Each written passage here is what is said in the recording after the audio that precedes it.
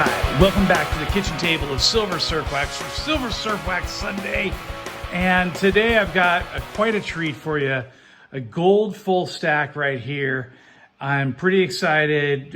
Got the gold back in the house, and I want to show off the newest addition to the stack.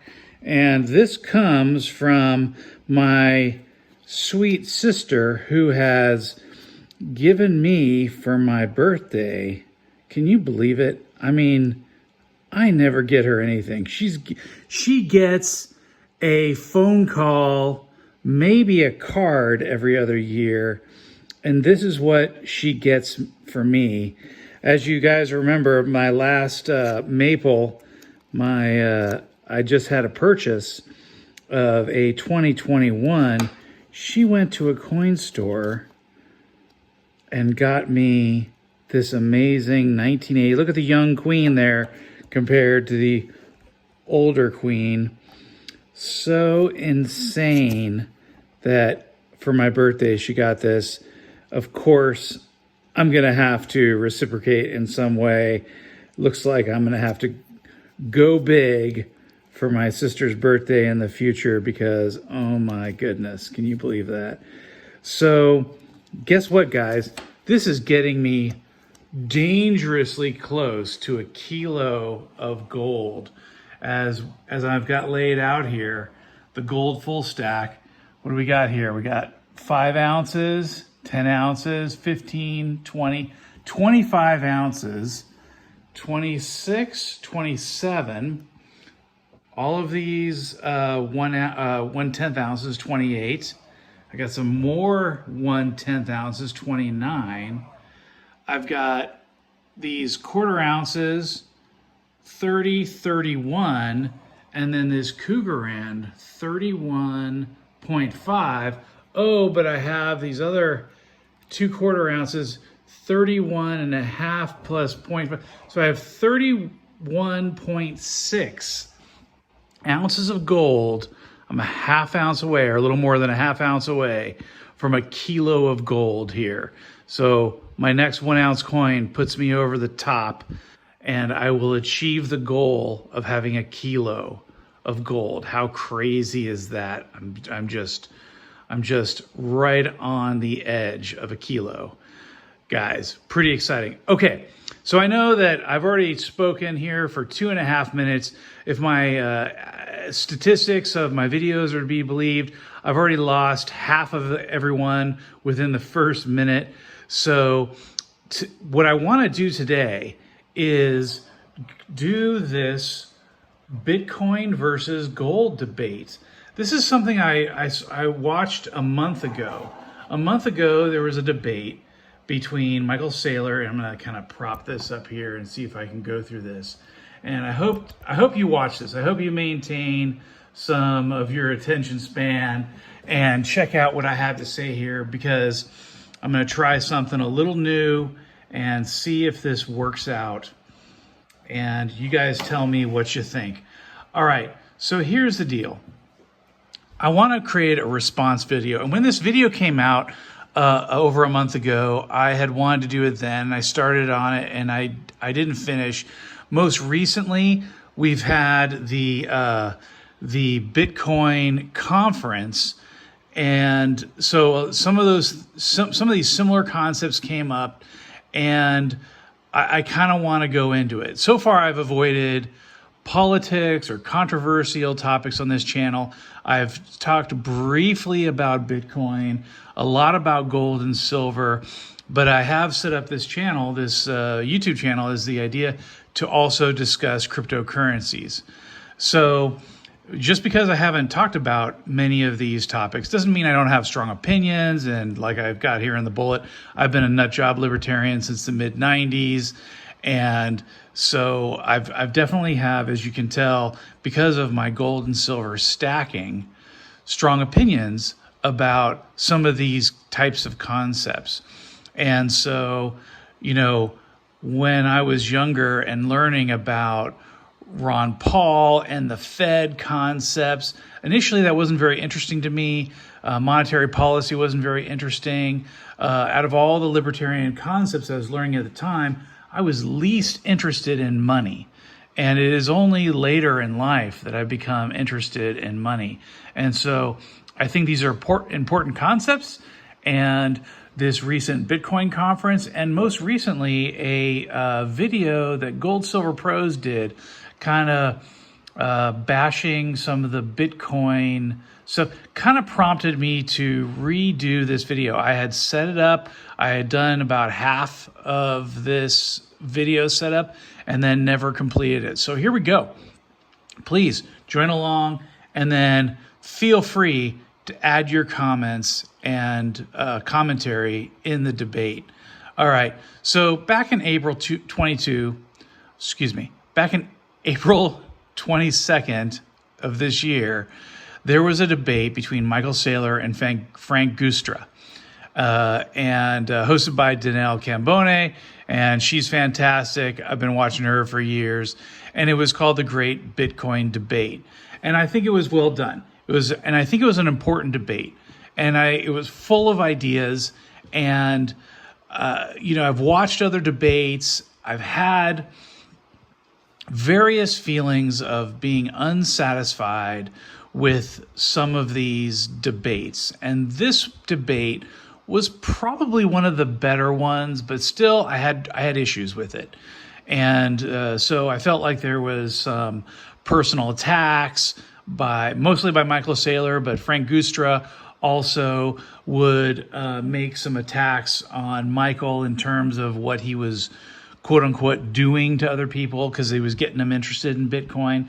So conceptually, you had this situation where both of the gentlemen who were arguing either for Bitcoin or for gold, I think they were trying to make compelling arguments, but many times fallacious arguments that we know are fallacies of logic, like an ad hominem argument or a red herring argument or every sort of fallacy out there. So I felt like that debate was missing something, and I wanted to add something to this. I wanted to at least sort of have some follow-up because I didn't feel like those arguments were correctly addressed. So I want to go ahead and I want to make a response video. I want to critique this debate, and I want to go over those ideas, and I want to grade those arguments with my opinion and commentary. So sit back, relax, and enjoy this. This is an experiment on my part. Please don't judge me too harshly. I'm doing my best here. So my first foray sort of into making this channel a little bit more thoughtful. We'll see how it works. Okay, so firstly, I should say, hey, I'm a Bitcoiner. I've been into Bitcoin for a while, and I was into Bitcoin even before I was into Bitcoin, and I'll explain that in a second. But I've also been a gold and silver bug even longer. And so I've got a substantial investment in both. And I've got this comment here. I've been into Bitcoin before Bitcoin even existed.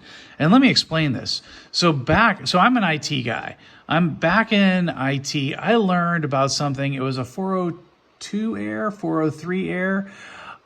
If you're familiar with computers, you might get a 404 error when you go to a website that's not found. Your browser, the HTML code tells you that you have an error.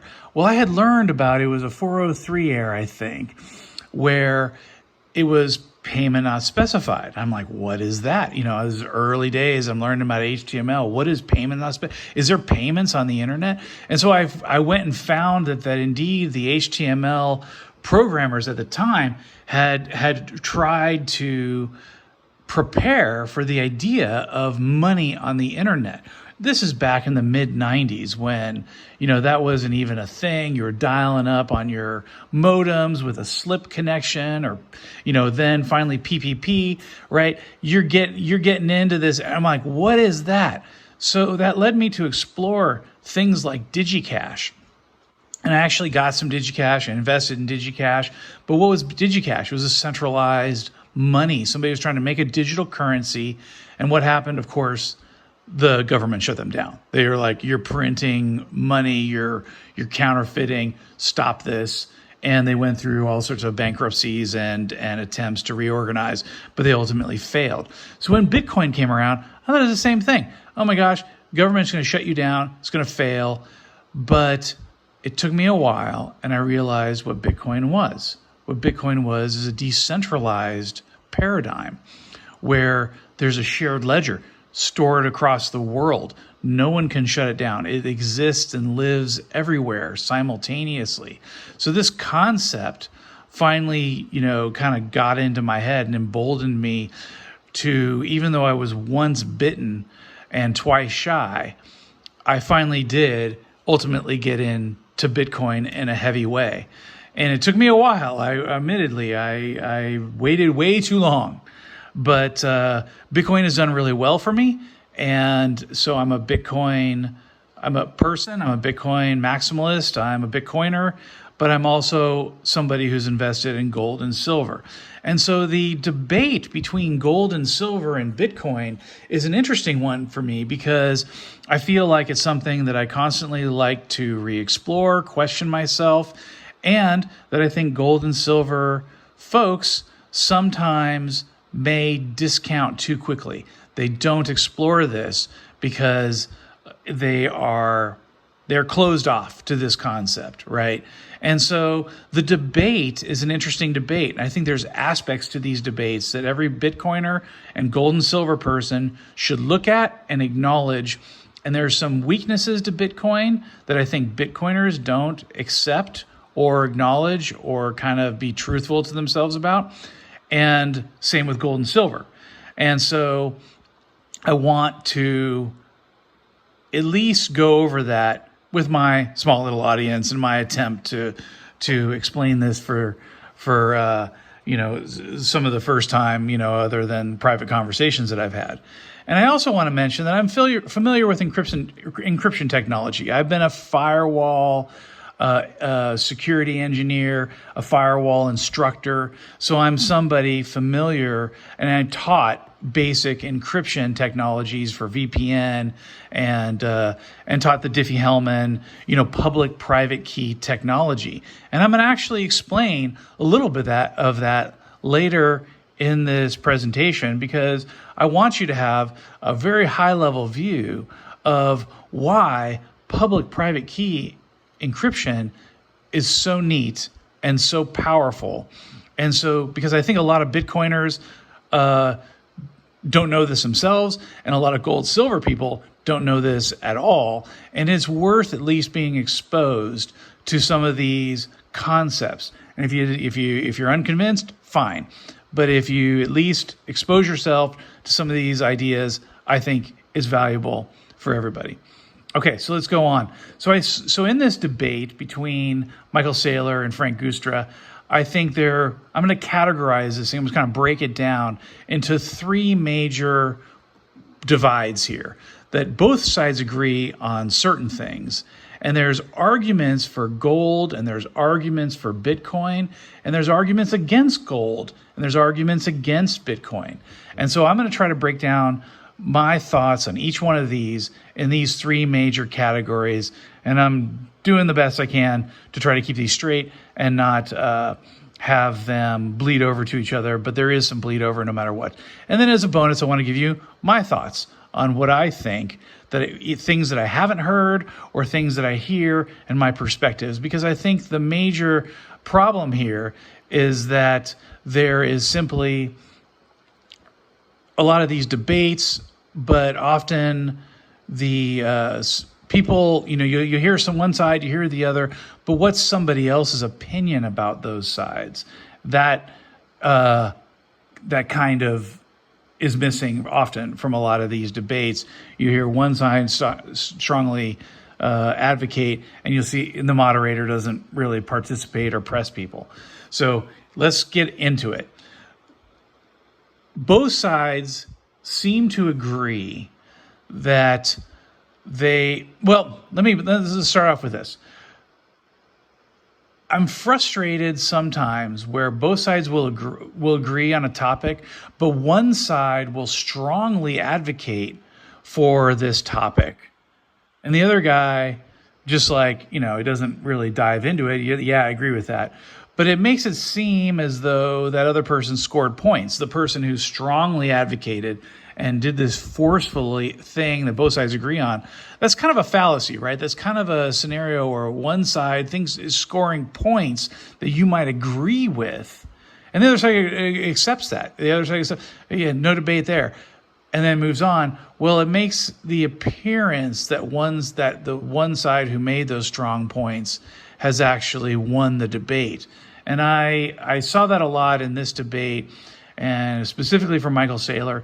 He made some strong points that gold advocates agree with, as though that meant anything. If we both agree, then hey man, no argument there. Let's talk about the arguments that we disagree with. And then even if they both agree, some of those arguments that one side is making might be strong or might be weak. And so I think there's some judgment that's needed there. You might have one, they both agree with a topic, but one really favors, gold or silver a little bit more. So it seems to me that we need some judgment. We need some debate there, and some and you might disagree with my advocacy on one point or the other, and that's fine. But I think that, having other opinions in there is important. So I think that these major arguments for are either strong or weak, but that's not explored. So I just kind of mentioned that. So, hey, let's get started. So Michael Saylor, Danielle Cambona was the moderator. She didn't really participate too much. She just kind of kept the topics straight. And then Frank Gustra, I think he did a fine job of advocating for gold, although definitely weak on some things. Michael Saylor was definitely the bulldog of this conversation, as Bitcoiners often are. Gold and silver advocates, I think you could broadly generalize as, slow and steady wins the race, and Bitcoiners are a little more aggressive. So, that kind of personality trait seemed to bleed through into this debate and others that I've watched. All right. So what do both sides agree about? I think both sides agree about the history of money. Bitcoiners, gold and silver maximalists, they're both kind of agreeing about sound money principles, that governments debase the currency all the time and can't be trusted, and are looking for ways to get around monetary constraints like gold. And I think that both sides agree that there's really, with gold and silver and with Bitcoin, there's no counterparty risk. The idea is if you hold it, you own it. If you hold your Bitcoin, you're not relying on anything else. You're relying on the Bitcoin network, but that Bitcoin network you can hold in your own hands. You can run your own node on the Bitcoin network, along with 20,000 other nodes on the Bitcoin network, because it's a consensus algorithm where 20,000 computers agree on who owns the Bitcoin. And since you're part of that, you don't have a counterparty risk. It's just you and the Bitcoin network that you trust. And likewise with gold, it's you and, the gold that you have in your hands or on your kitchen table. So I think both sides also agree about paper gold. I think Michael Saylor made a lot of arguments about paper gold, and Frank Gustra was like, hey, I agree with you there. I don't like paper gold either. So there are some times where Michael Saylor is making a lot of arguments that relate, that are against paper gold. And then Frank's like, hey, right on, man. I disagree with paper gold as well. That being said, paper gold influencing the gold market, there are some points that are strong enough to have there. In addition, I think they both agreed that gold has a negative in terms of the cost to secure gold and the cost to transport gold. I didn't see Frank arguing that gold is expensive to transact in and secure and transport. So in this debate, I think Frank acknowledged that, which is kind of rare for a gold and silver guy to acknowledge the negative of their own side. and that was refreshing to see. I think both sides also agreed that Bitcoin is virtual and gold is physical, which doesn't sound like a hard thing to agree upon. But I think that sometimes Bitcoin maximalists gold bugs will often criticize Bitcoin for being, digital or virtual or vapor or nothing and not physical. And as if that is a problem, and Bitcoiners might kind of argue the point why that doesn't matter. But I think at least in this debate, both agreed that Bitcoin is virtual and gold is physical.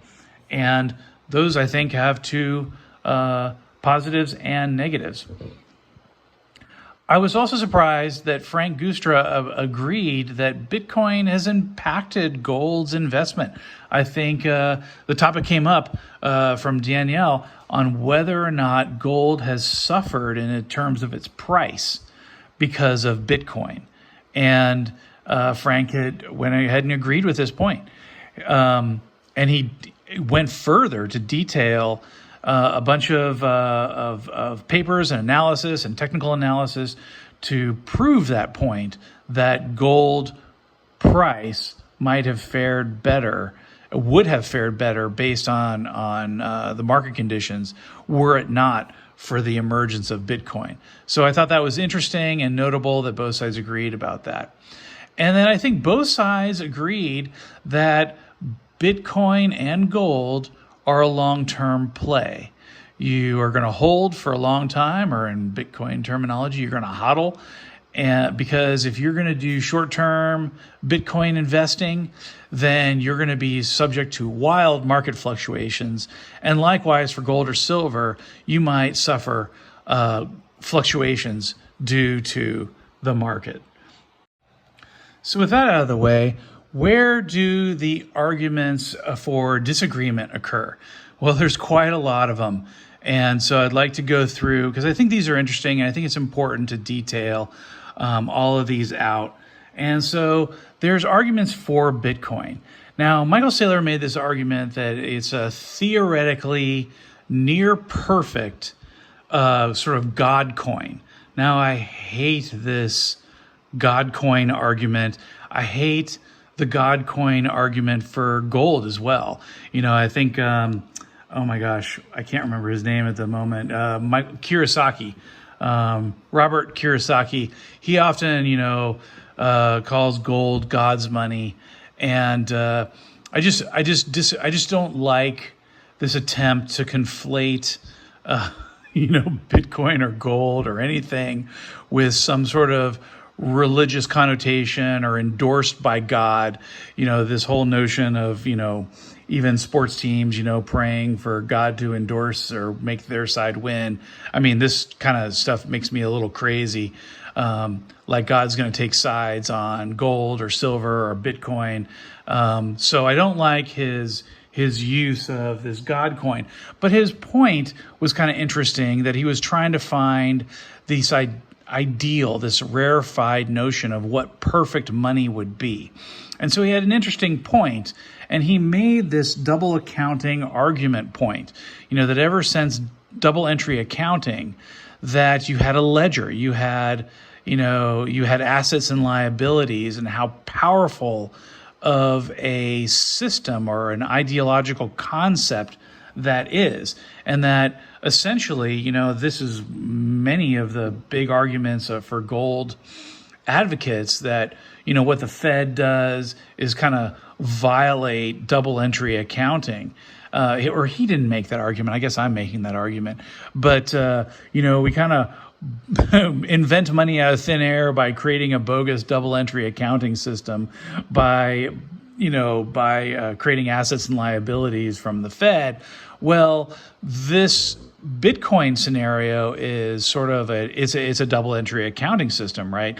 You have a scenario where if there's only a limited amount of Bitcoin, the amount of Bitcoin on the network is mathematically constrained. There can't be more Bitcoin except for its, inflation rate.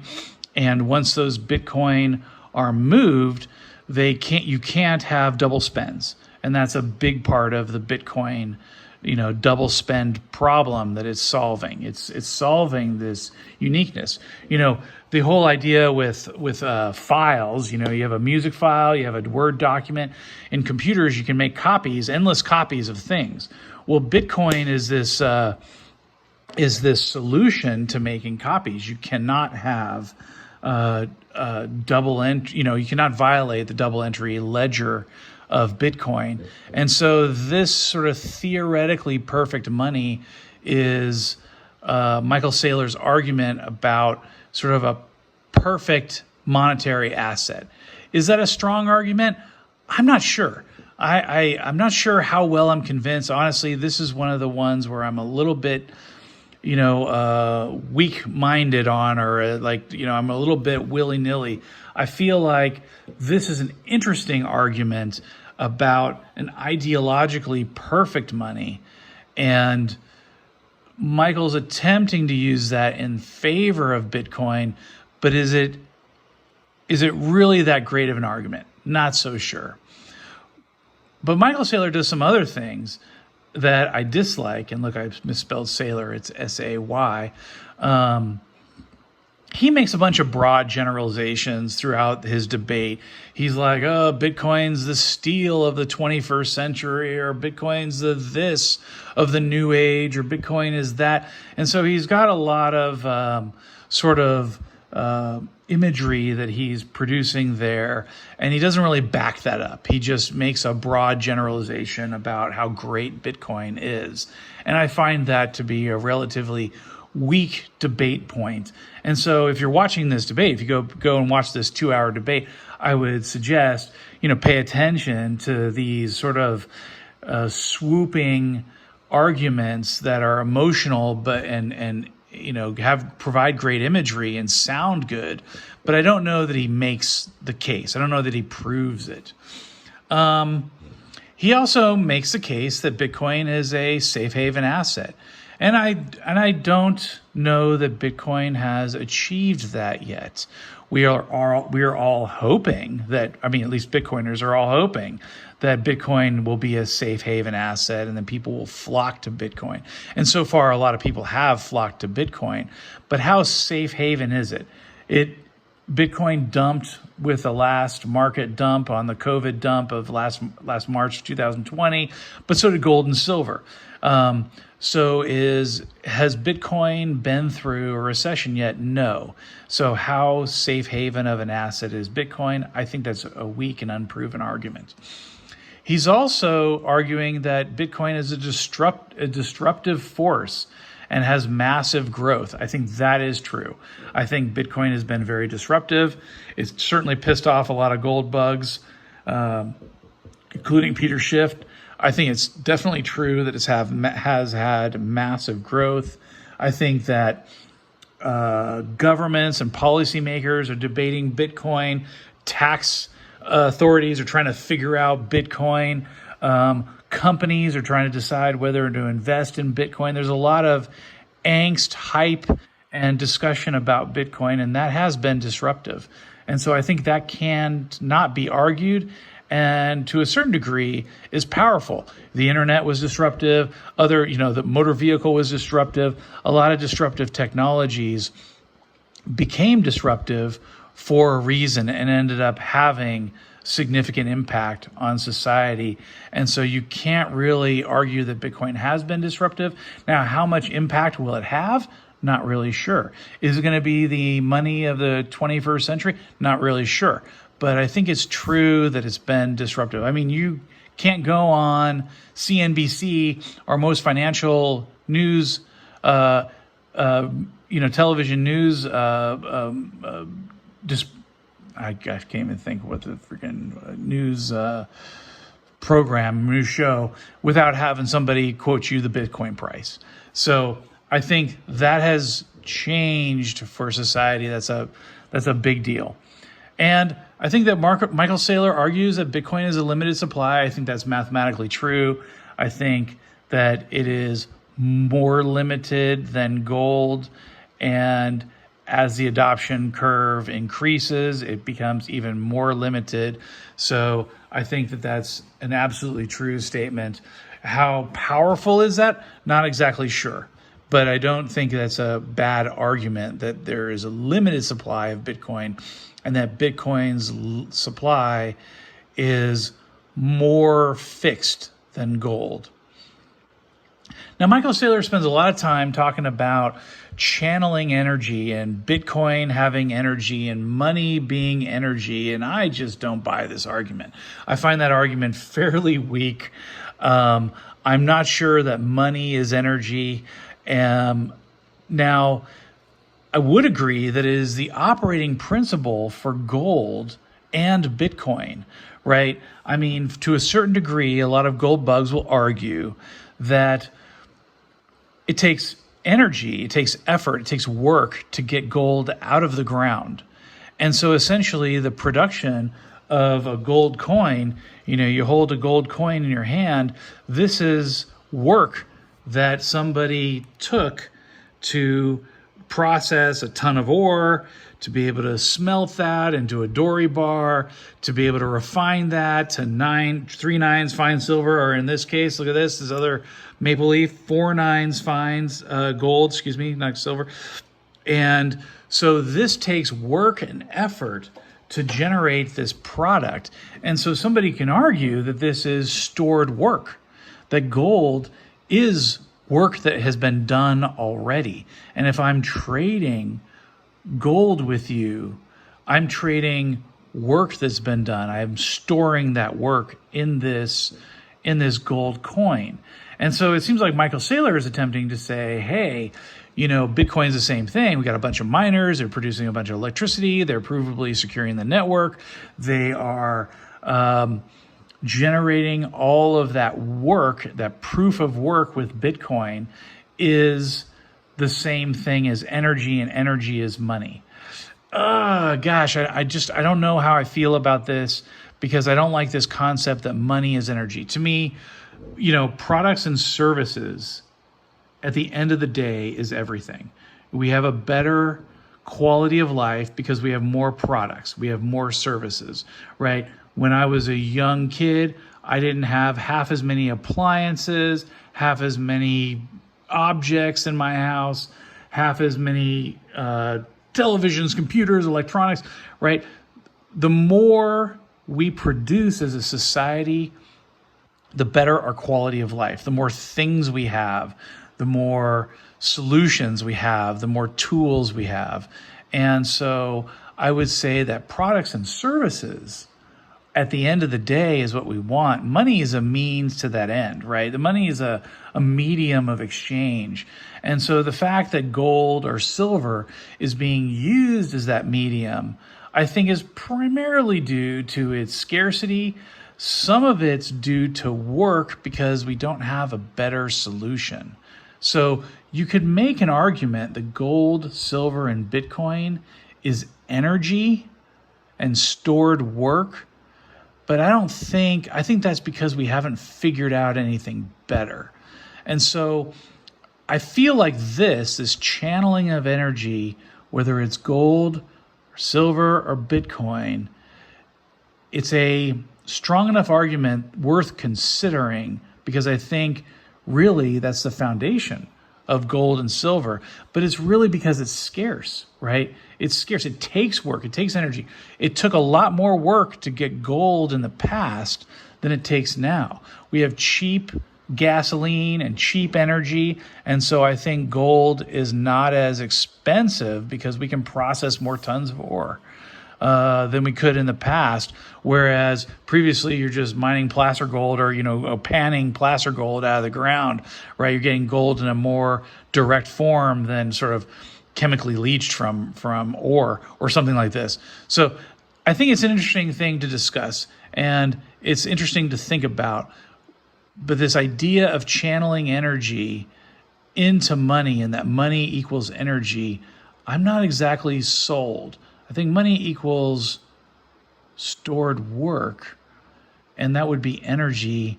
But at the end of the day, you don't care about the money. You care about the goods and services money gets you. So lots to think about there. So, but in terms of this, I feel like it's a weak argument, but I definitely wanted to explore it. The other arguments for Bitcoin is that it's global, and I think that's true. You can move thousands or millions or billions of value of Bitcoin across the world pretty much instantly, anywhere you want. It's all happening on the network simultaneously. You move an entry ledger from one Bitcoin account to a different Bitcoin account every 10 minutes. It might take an hour for some parties that want to validate that there's 6 validations of the code, so there's no forking of the Bitcoin fork. So some people care if it takes, 10, Bitcoin does blocks of transactions every 10 minutes.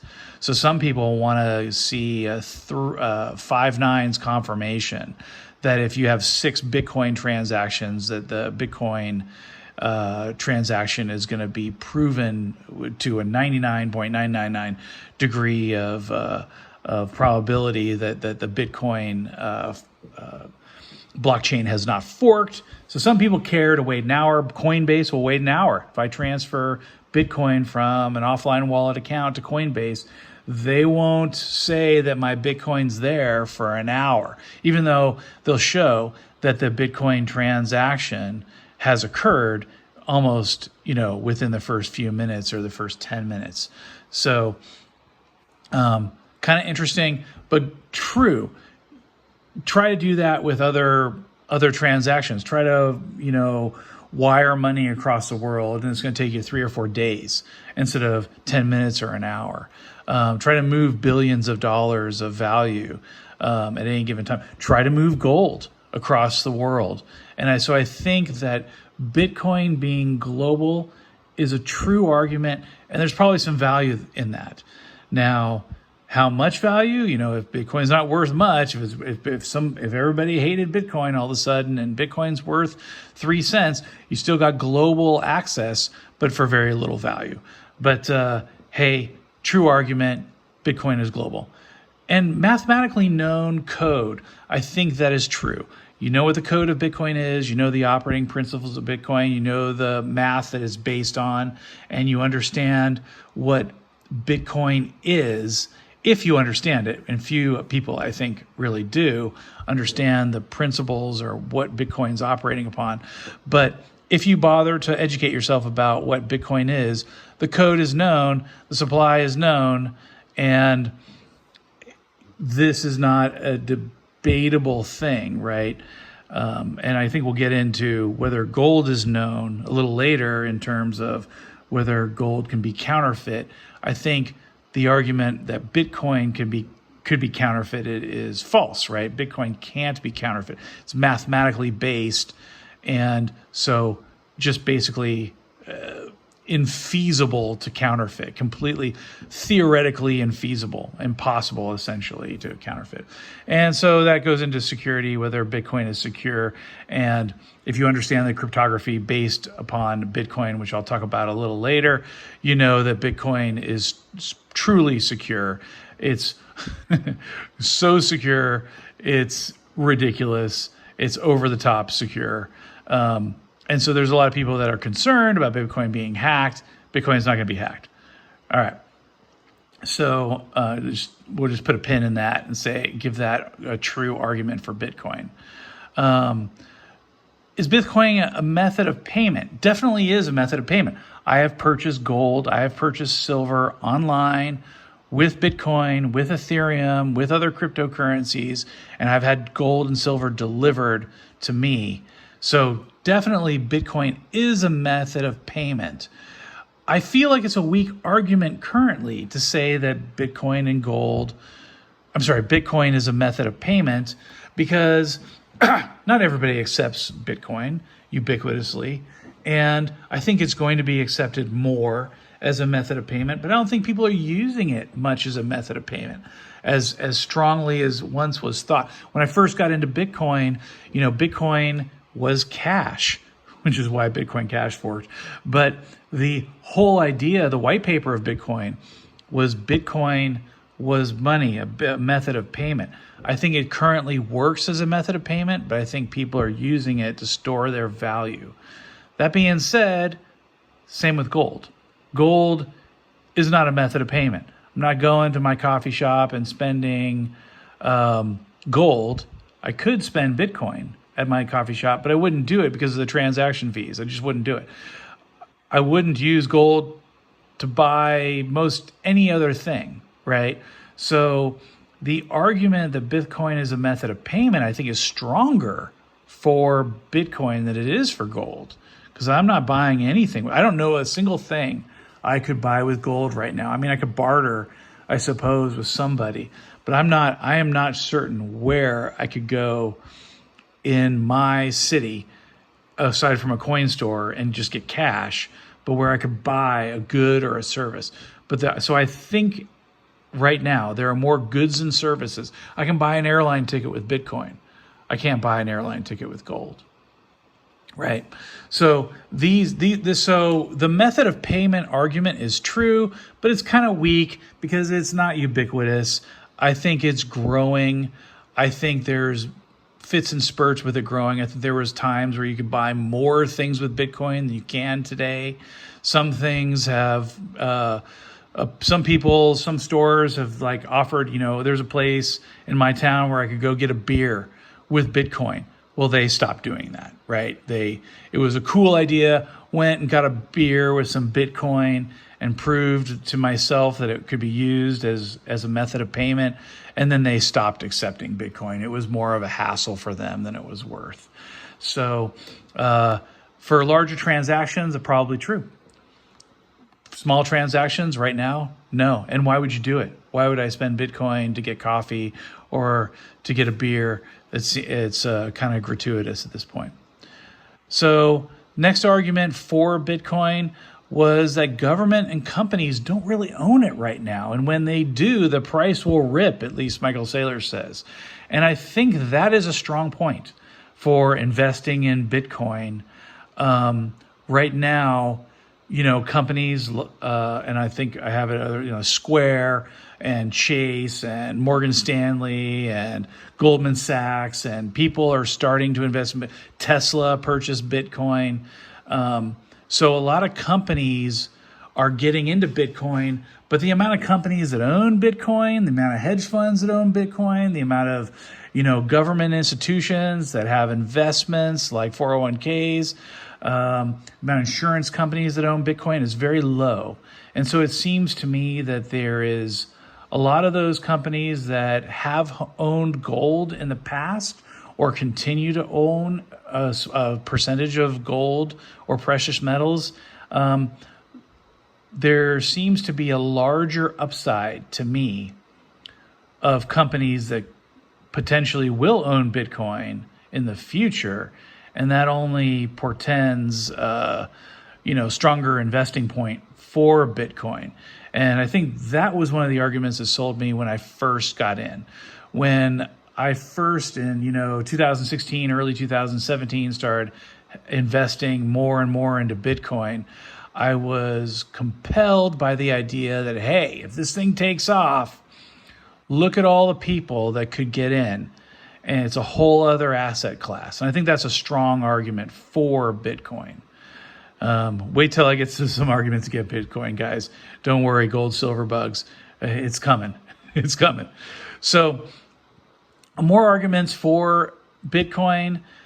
Coinbase is onboarding 1 million people per week. And globally, more people are participating in Bitcoin.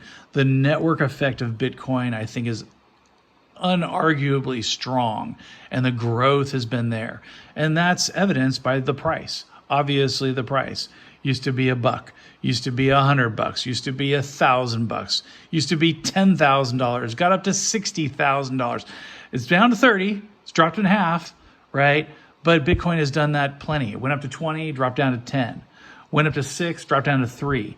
This has happened throughout the history of Bitcoin, but it's definitely been volatile. But the growth of Bitcoin is unarguable.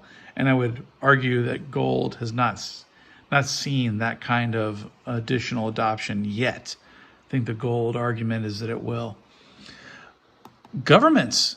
El Salvador yesterday, El Salvador announced that they're making Bitcoin a legal currency.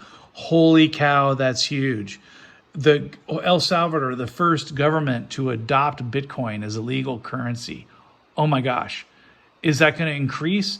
How many governments out there are going to adopt Bitcoin as a legal currency? Is it between, however many governments there are? I think it's like 200 governments. We have one now. Is that number going to go up or going to go down? I think that number could go up, and that's a strong argument for Bitcoin and it being adopted. Businesses, I think I mentioned this before, businesses are entering hedge funds, insurance funds, PayPal, Square, Tesla, Morgan Stanley. All of this is true. The Bitcoin adoption has quite a bit of growth potential just because so few people are into Bitcoin. So if Bitcoin continues its network effect, I think Bitcoin has a strong argument for growth. And oh, by the way, its historical performance is 200% per year averaged out over its last 10 years. Now, this is a debatable point because whenever you try to measure Bitcoin, if you measure it, per year or every 5 years or 10 years, but there's really no denying that Bitcoin has had a skyrocketing price. And so, let's go back there. Oh boy. As a skyrocketing price, and that the difference between gold and Bitcoin's performance is like a difference of 10,000%. If you've been in Bitcoin, you've done really well. And I'll tell you, I've been in Bitcoin and I've done dramatically well. I used to have, 2/3 of my wealth was in gold and silver, and I invested 5% into Bitcoin and the rest in stocks. And I don't even want to say, but I mean, yeah, more than 2/3 of my wealth is in Bitcoin now. That 5% has now creates 2/3 of my net worth. I am heavier in Bitcoin than I ever want to be, right? I'm divesting myself out of Bitcoin because it makes up so much of my net worth that it's ridiculous. And so what am I trying to do? I'm trying to buy gold and silver with Bitcoin just to balance things out. But the rate in which I would balance things out it's just out of control, right? It's out of control. So the Bitcoin growth is undeniable, absolutely undeniable. Will that continue? Will that growth rate continue? I don't know, but I think it will. I think it's got some running room for the next 4 to 5 years, at least, maybe 10. Oh my gosh. Arguments for gold. There are a lot of strong arguments for gold, and 12,000 years of history, 6,000 years of history, 3,000 years of history, however you want to measure it, gold and silver has had a place in the hearts and minds of the people for all of human history. It's been a rare metal. It's been a beautiful metal. It's been money. I mean, all the Mike Maloney arguments. I mean, Mike Maloney, absolutely, his if you haven't watched his Hidden Secrets of Money series, oh my gosh, you got to watch all 8 of the Hidden Secrets of Money, and you got to watch I think it's 10 short little videos where he has another set of animated films. Excellent, strong arguments for gold. Love silver. As you can realize, I'm a gold and silver channel. I'm named SilverSurfwax. I believe in silver. I believe in gold. That's something that I've been taught from as a child, as well as, I buy into the arguments of gold and silver. I think it's true that gold and silver are less risky than Bitcoin. Bitcoin has a lot of inherent risk. It's very speculative. So I think that gold has definitely sort of that stabilization fact. Is that a strong argument against Bitcoin? I don't think it's a strong argument against. I think it's a strong argument for gold, that it has less risk. So that if you're holding on to gold if you're holding on to silver, you have a likelihood that the events of the economy, that a recession comes along, you will retain a certain amount of value, whereas inflation could ruin your purchasing power with the dollar. Stocks, real estate could be crushed like real estate was in 2008, 2010 timeframe. My house lost 40% of its value. All of a sudden, I'm half as rich as I thought I was because my stocks went down 60% and my house went down 40%.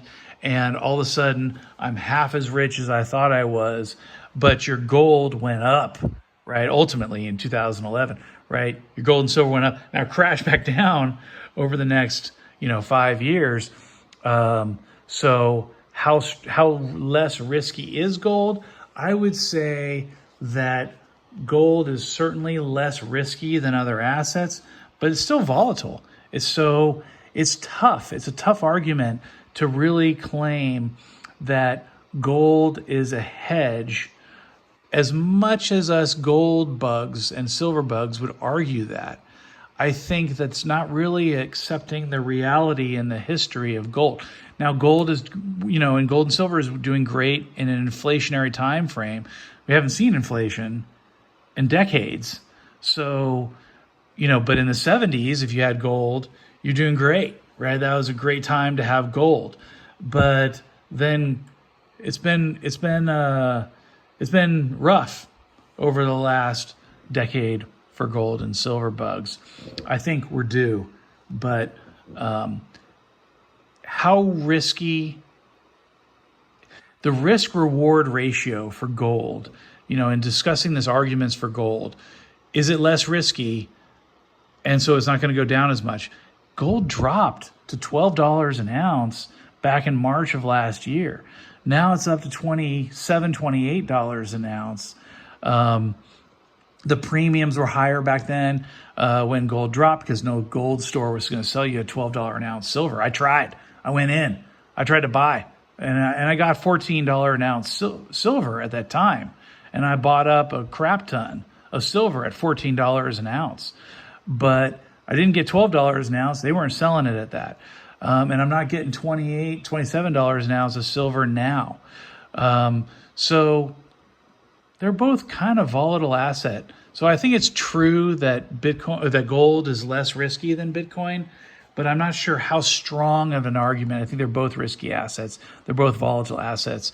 And in a downturn, I don't know how much you're going to count on gold holding its value, at least in the short term. In the longer term, I think it'll hold its value.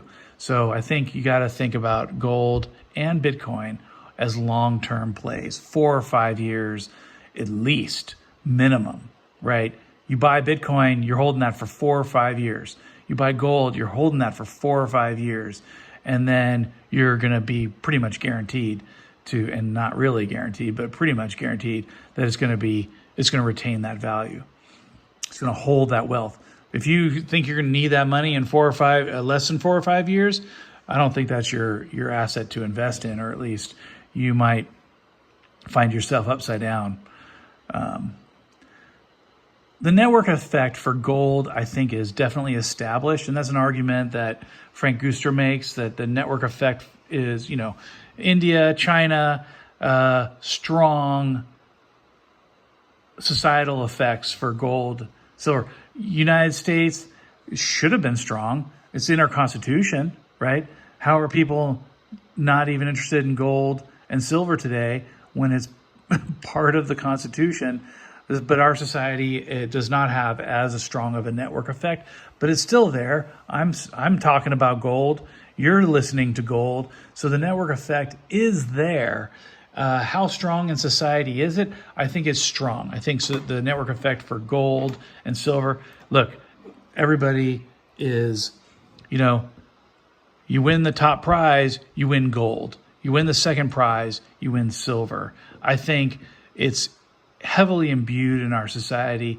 Our eyes widen up. This background image here, I see this gold. These are, by the way, my pictures. I took this picture of some cash and some gold and silver stacked up of my coins. So, when I look at that picture, I definitely just love it. My eyes widen up, and I'm looking at, so I think there's some sort of innate network effect for gold. I wonder if it's almost ingrained in our DNA and our biology that we like gold and silver. Makes me wonder if there isn't a historical memory of that somehow ingrained in our DNA, why we love it so much. But I'm getting off topic here. Is gold a safe haven asset? Yeah, gosh, I talked about this already. How much of a safe haven asset is it? Is it really that less risky? If you're talking about gold and Bitcoin, I think gold is less risky. I think it's more of a safe haven asset, but it has suffered throughout, the last 50 years, the last 70 years, the last 100 years.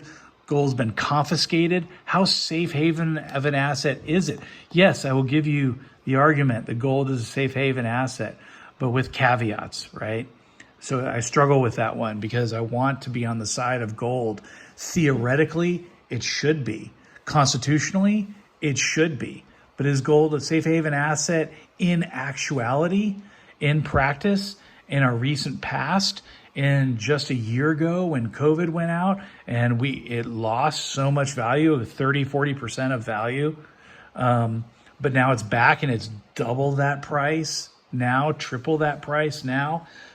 Gosh, how safe is that? Okay, gold is eternal and indestructible. I think that's a true argument. I think it's undeniable that gold is an element. It's on the periodic table. There's gold that, was part of some jewelry or face mask or artifact in the past, might be the gold in your coin. The gold mined in America is part of your American gold eagles. And, that's neat, right? That's true. I don't know that that's a strong argument. There's plenty of elements on the periodic table. Water is made of hydrogen and oxygen, which are elements and indestructible. It's eternal. So, matter can be neither created nor destroyed, right? So what are we talking about here? I mean, is that hyperbole? It's a true argument that gold is eternal, but does that really add to the human valuation of gold? I like that gold is indestructible in the sense that it doesn't tarnish or it doesn't corrode. It doesn't turn into some, isotope. I don't know. That's not what I was looking for. Some chemical variation. Gold stays gold. So that's useful as jewelry, and gold is jewelry, and that's true. But is that a valuable argument for gold? The fact that you can use gold as jewelry. I mean, I can use silver, I can use copper, I can use platinum or palladium as jewelry. Does that make it the value that we think gold is? Or as a monetary metal, we're ascribing greater value to gold than its use as a jewelry or a commodity. So I feel like the gold is jewelry argument is kind of weak. And I think I'm going to go into that a little bit later.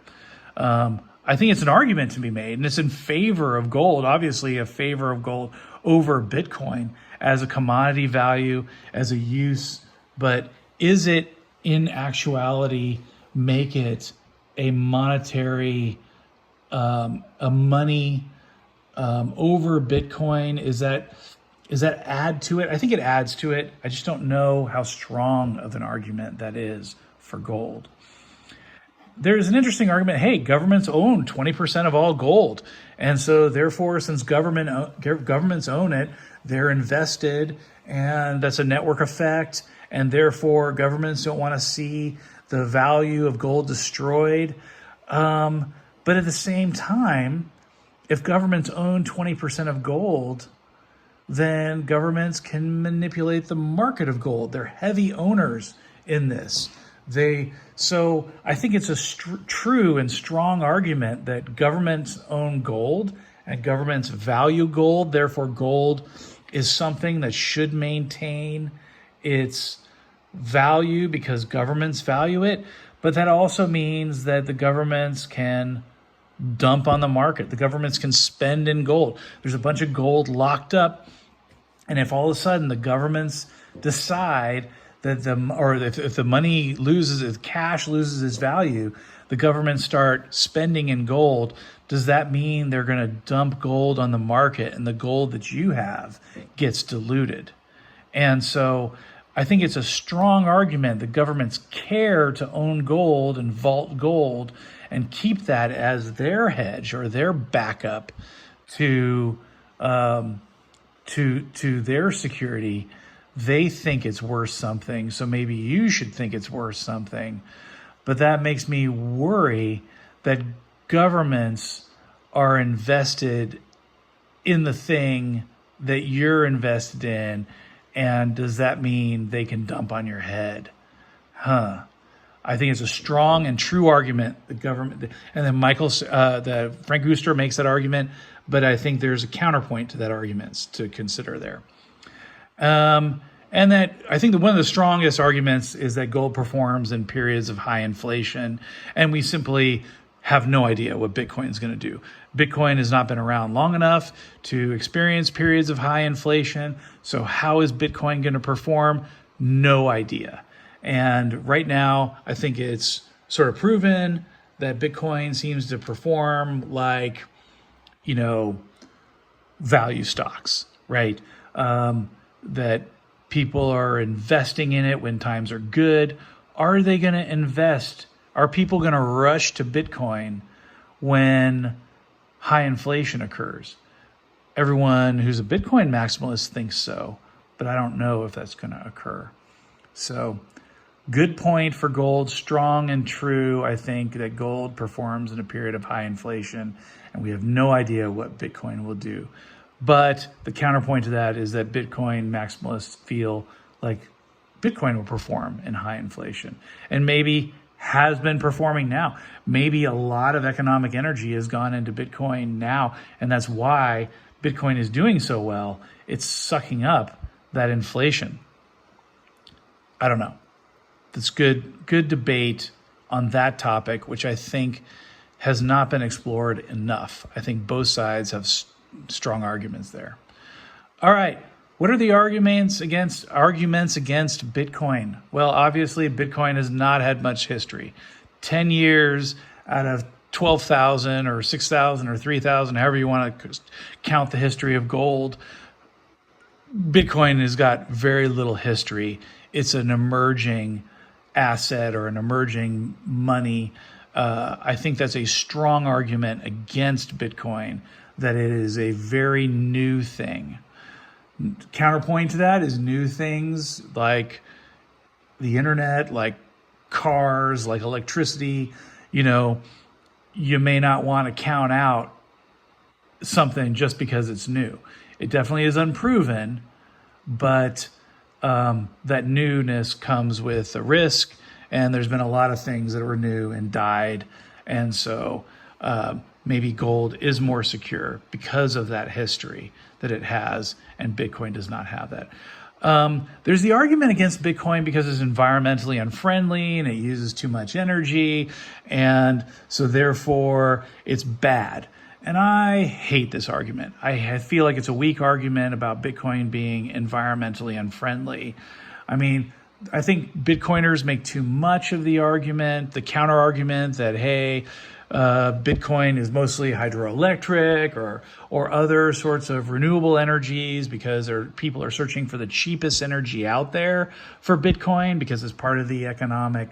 When you're mining Bitcoin, you're using lots of energy. So the miners are looking for the cheapest energy out there, and the cheapest energy out there usually is the hydroelectric or the geothermal or the solar augmented or the wind powered energy that's less expensive. And so Bitcoin miners are seeking out environmentally friendly energy. I feel like that's a weak argument because I don't even want to have that argument. I feel like, hey, we don't judge how people use their electricity, right? There are places that use tons of electricity and they just pay the cost, right? The economy decides how you use your electricity. Video games, Christmas lights, Is anyone going out there and saying, hey, you shouldn't use Christmas lights, because of all the electricity that it burns? Christmas lights burn more electricity than Bitcoin. ATMs, banking, all the banks. If you looked at all the bank, what's the word for the bank institutions, the bank locations? I can't even think. My God, what's wrong with me? But if you go to your bank, your local bank, and it has an ATM on the outside, it's got computers on the inside, there are people working in there, they have the lights turned on, they have computers, they're running electricity for the air conditioning. Is all of that electricity justified if you counted all the branches? That's the word I was looking for crying out loud. All the bank branches in the world where people have banks, how much energy are they using? Are we arguing that those shouldn't exist because of the wastefulness, where even though they provide a value of transacting in money and bank accounting, is that going to be the idea that people are trying to judge Bitcoin because it's a wasteful use of electricity versus any other use of electricity? I feel like that's a weak argument. I feel like to try to judge that or make a value case that some things should use energy and some things shouldn't, that's lame. The free market figures it out. If people want to mine Bitcoin and they're using electricity and they're paying the cost of that electricity and they gain the value out of the price of Bitcoin out of it, then they made the economic decision that was worth it. Okay, the argument against Bitcoin that there's too much hype and speculation in Bitcoin, I think that's a strong argument. I think it's true. There's a lot of Bitcoiners out there. There's a lot of YouTubers out there. They are definitely hyping up cryptocurrencies, trying to get you to invest, pitching their coin, giving fear and uncertainty about other coins, and trying to really kind of make the case that Bitcoin is the way to be and the way to go, or some other altcoin is the way to be and way to go. A lot of people out there pitching and hyping up things, trying to get their bags to pump. And so there's a huge amount of hype and speculation. And I think the strong argument against Bitcoin is that its price has gone up so much, right? So there's potentially that bubble. There's, gold and silver historically low, or at least silver is half its all-time high price. So you could make the argument that silver is the unloved thing and that Bitcoin has been loved way too much and has a long way to fall, where silver and even gold doesn't have as much to fall as Bitcoin. So I think that's a strong argument. I think the hype and speculation, if somebody argued that, I would say true. Bitcoin has dramatically increased in its value and has room to fall. Heck, it has room to fall 80% and has over the course of its history. So I wouldn't be surprised if it fell more, but I also wouldn't be surprised if it rebounded more due to the arguments we've talked about before. So taking both sides of that argument, I think it's a great argument against Bitcoin that there's a ton of hype and speculation on Bitcoin's value. You'll hear anyone, people will make $1 million Bitcoin, $500,000 Bitcoin, $200,000 Bitcoin, $100,000 Bitcoin. It's currently $37,000 Bitcoin. Can't believe it got up to $64,000 Bitcoin.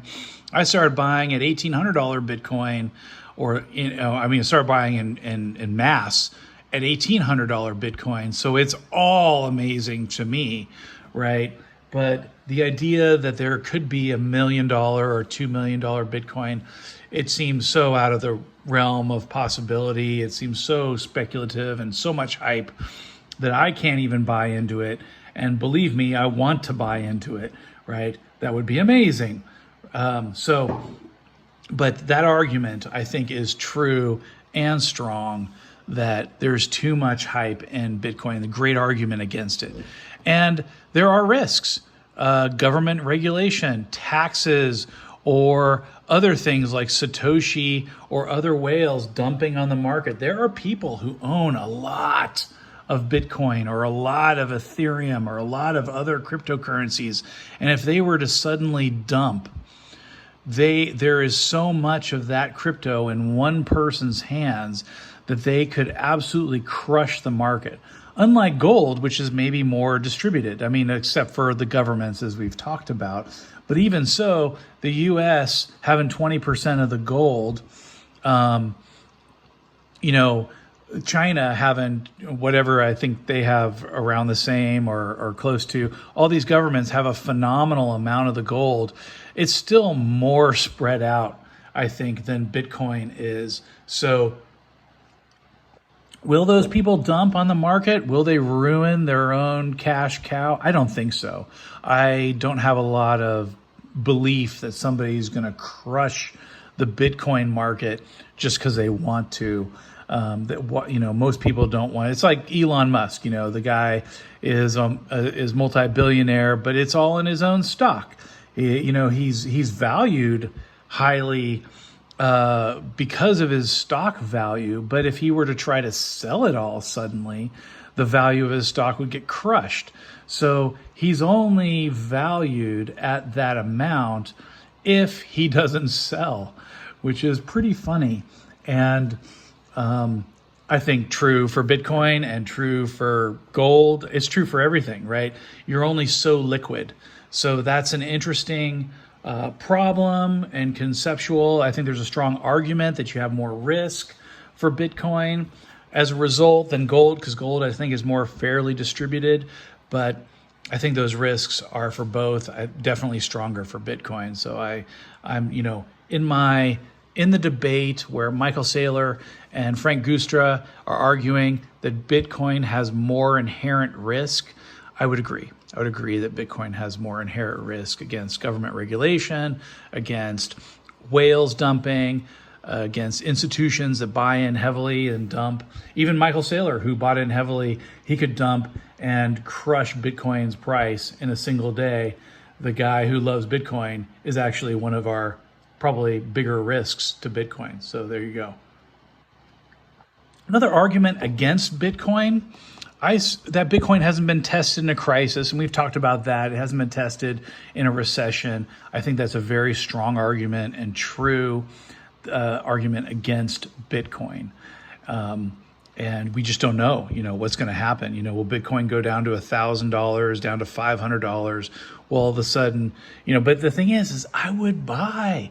If Bitcoin went back to $1,000, I know I would at least buy 20K worth, right? I mean, I would absolutely take. So if I feel that way, if I'm going to be like, oh my God, I would pick up Bitcoin at $1,000, how many other people would do the same? Am I the only one? I don't think so. So how far would Bitcoin go down, right? I would turn in gold to Bitcoin at $1,000 because it's so crazy. Now, Bitcoin could be worthless. I mean, that might be a crazy comment there that I would go in and exchange gold to turn into Bitcoin. But when you see Bitcoin at $60,000 a Bitcoin and it has, I don't know what % chance of going back there, why not convert some gold back into Bitcoin if it had dropped that far? Now, when I've seen it though, people don't do it. Bitcoin went up to 20K, dropped down to $3,000. I had buddies who would say, oh my gosh, if Bitcoin ever went back down to $10,000, I'm going to jump in and I'm all in. When Bitcoin went down to $10,000, those guys did not buy. When Bitcoin went to $6,000, those guys did not buy. When Bitcoin went to $3,000, they're like, oh my gosh, Bitcoin's crashing to zero, or, I'm so scared, I'm not buying any Bitcoin. And they were absolutely telling me they were dying for Bitcoin to go back down to $10,000. Did they buy at $3,000? No way. They didn't do it. So it's tough. It's tough. if Bitcoin dropped to $1,000, how much would how many thousands of dollars, how many gold coins would I convert into Bitcoin when it dropped that far from 60K to 1? Man, I'd like to think I'd buy some. But, and I did buy Bitcoin when it dropped down to 3. So I'd like to think that I would have the conviction of my own words, but it's tough, man. It's tough when you see it lose that kind of value. That is fear. That is difficult to do. It's easy to say you'll do it until you're presented it right in front of you. All right, moving on. I don't know how much of this rambling is valuable, but I hope you like it. I'm enjoying it myself.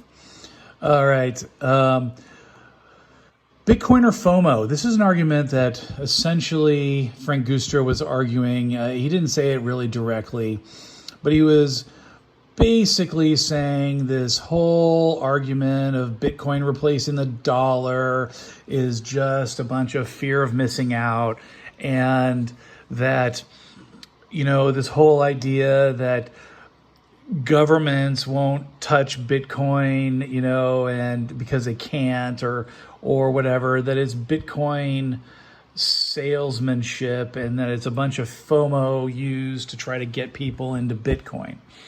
And I would agree. I think that's true. I think that's a true argument. People have narratives.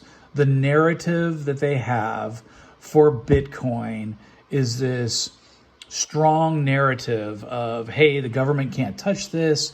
Hey, it's going to have value. Hey, everybody's going to get in. And so it is a fear of missing out argument. And I think that's true. I think it's also true for gold. I think it's the gold narrative is the exact gold narrative. Our narrative is, hey, the governments can't control themselves. They're going to do nothing but print money and then inflation is going to take over and our purchasing power is going to be ruined. And so the narrative of gold is that is your store of value. That is your hedge against hyperinflation.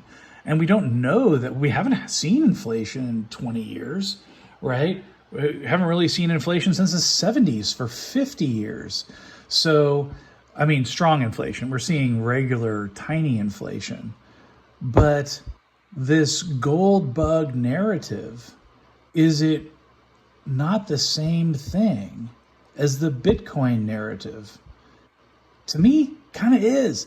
So while it's true that the Bitcoiners have this fear of missing out narrative, I think whenever you listen to gold bugs and you listen to Mike Maloney or, any of the other guys pitching mining stocks or any of the other gold bugs out there, they're like, hey, get into gold before it's too late. Don't miss out. That's the FOMO. So I would agree that the argument against Bitcoin is this FOMO narrative. And it may not be true. You may, but you know what? If you bought Bitcoin back in 2016, 2017, or if you didn't buy it back in 2016, 2017, you definitely missed out. So there was a fear of missing out then, and there's a fear of missing out now, and there's a fear of missing out on gold now. But back in 2016, 2017, gold and silver were like silver was sub $20, $17, $16. So you had a fear of missing out then. So I don't know. I don't know how to, it's true, but tough one. What do you think, guys? Leave your answers in the comments below, I guess is the standard thing you hear said. I don't know if anyone's going to watch this video or sit this long for this one, man. All right. What are the other arguments against Bitcoin? Let's keep this going. Are you having fun? I'm having fun. I'm having a beer, just rambling to my iPhone here as we videotape my computer. All right, arguments against Bitcoin. It's not good for a payment network. I think that's a weak argument. Frank made this blanket statement that Bitcoin is not a good payment network. true. PayPal and Visa and other payment networks have more transactions per second. Do you need that many transactions per second for Bitcoin right now? No. Is Bitcoin going to increase its transactions per second? Is Ethereum going to increase its transactions per second? Yes. So can you use second layer solutions like the Lightning Network? Yes. It works today. Lightning works good. But are many people using the Lightning Network? No. So the whole idea of a payment network and whether it's good or bad, I think that is an argument, and it's a true argument that Bitcoin is not the best payment network, but it's pretty damn good for what it is right now. And I think it's going to improve. So I'm not sure. I mean, I use Bitcoin. I buy gold and silver with Bitcoin. It works. It's a fine payment network. My transactions are confirmed in minutes, almost instantly, with some of the gold and silver providers. So I know that Bitcoin works as a payment network. I paid off my car with Bitcoin. I went and cashed out within 1 hour. I was able to turn my Bitcoin into cash, and it took 1 day to transfer the cash on exchange to my checking account. And then the next day I wrote a check. And so it's a pretty good payment network to me. I was able to use Bitcoin for cash. So straight up paid off my car with Bitcoin. It's a little bit sad because it was a paid off 20K car with 1 Bitcoin, and then Bitcoin went to 60K. So I just got screwed. But paid off my car. Hey, that's awesome. That Bitcoin cost me a lot less money than 20K, let me tell you. All right, next argument against Bitcoin, not secure.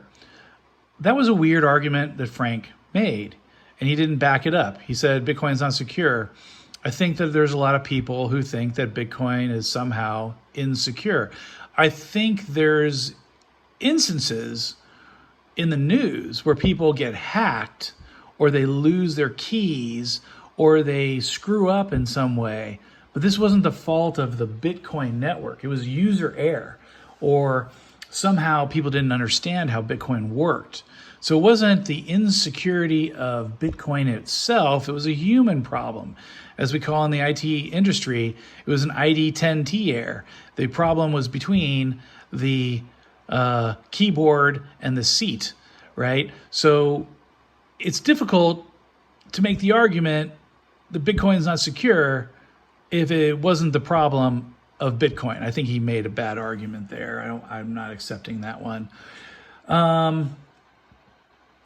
Interestingly, an argument against Bitcoin that Michael Saylor agreed with is that Bitcoin is not a currency. I disagree with this. So I think Bitcoin is a currency. I think the white paper says it's a currency. I think Bitcoin tries to be a currency. But Michael Saylor takes the position that Bitcoin is an asset class, and he makes that argument. And it's an effective counter. I think he makes a great counter argument trying to say that it's a new asset class and it's not a currency, and it's, that the IRS thinks it's an asset. And so the IRS is judging it based on asset, and you buy and sell the asset, and, it becomes, that might be the rules, that Bitcoin is an asset and that you purchase that asset and you have a purchase price and you have a sell price and dollar value. And so you have to pay your taxes based on that difference. But in my mind, really, Bitcoin is a currency, right? You're using it like cash. You're using it like other currencies. Most people don't think in terms of other currencies. They don't think about having money in, yen or euros or in other, but they transact without friction, right? They transact without taxes. You take your currency, you take your cash, and you don't pay a transaction fee to exchange cash for a candy bar. And I think Bitcoin is essentially the same thing. Frank Gustor was arguing that Bitcoin is not a currency, And Michael Saylor accepted that argument, and I disagree. He shouldn't have accepted that argument. I don't think that's a strong argument. Bitcoin has the right to call itself a currency, as a form of fiat or whatever you want to, and I don't care about that whole Michael Maloney currency versus fiat argument so much. Whether you call it money or whether you call it currency, if it acts as a medium of exchange, if you're trading one thing for the other, then you're a currency, you're money. It's the same idea. I don't know why us gold bugs are getting wrapped around the axle on that one. Explain it to me. Tell me in the comments why I'm wrong on that one, because I kind of want to improve. I kind of want to know. All right. What else? Bitcoin can be hacked. Terrible argument. Okay, Bitcoin can't be hacked. Oh my gosh. If you don't understand the encryption technology that Bitcoin is based upon, you probably think that Bitcoin can be hacked. If you've heard news articles about people losing their Bitcoin, you probably think that Bitcoin can be hacked. But if you actually understand asymmetric encryption, Diffie-Hellman encryption, public-private key architecture, then you know Bitcoin can't be hacked. It is theoretically possible, but scientifically infeasible. And that word infeasible means unfucking possible. You can't hack Bitcoin. It's guessing a number greater than all atoms in the universe strong. And oh, by the way, I have that really right there. I mean, it's ridiculous. You can't hack Bitcoin. Okay, that's just a terrible argument. Hate it. And we can go into that maybe a little later if this video isn't already way too long. So sorry, guys. No, more arguments against Bitcoin. Highly volatile. I think that's a true argument. I think Bitcoin is highly volatile. Frank Gustra says, hey, the price fluctuates dramatically throughout the year. Yes, if you don't have a 4 or 5 year time frame on Bitcoin, you're going to freak out when you see a 50% drop, 80% drop in the Bitcoin price. Right? Bitcoin is not for you if you don't have a 4 or 5 year time frame. So new assets are volatile. Amazon was volatile when it started. Every asset was volatile when it started. If you don't have the stomach for volatility, if you are not interested in this new technology, if you're looking for the safety of something that's less volatile, like gold and silver, strong argument for gold and silver.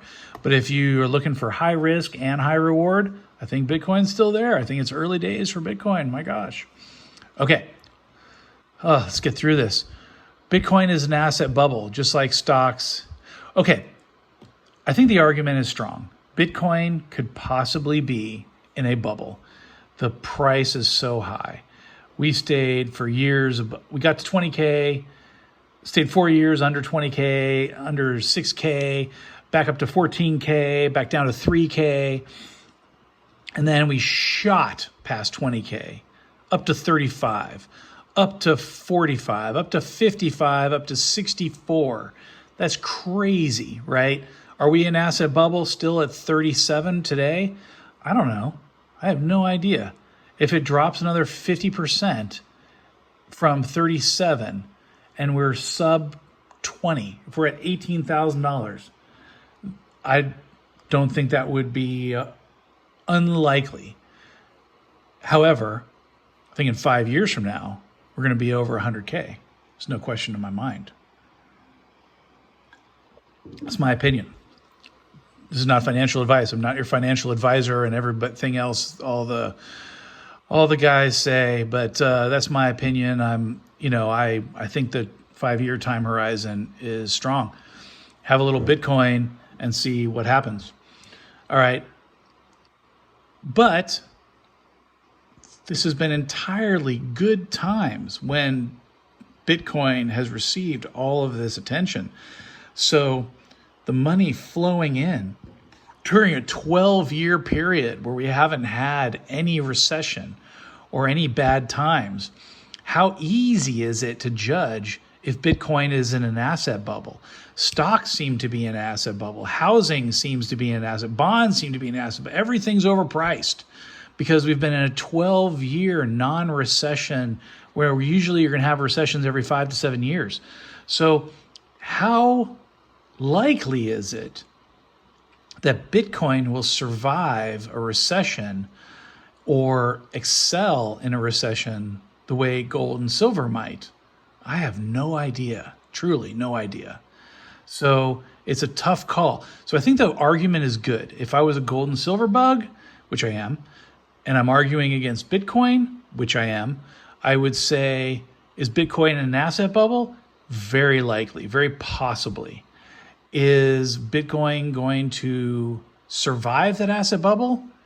I mean, as a Bitcoiner, I think it will. I think it will. But it's really unproven. It's a tough call.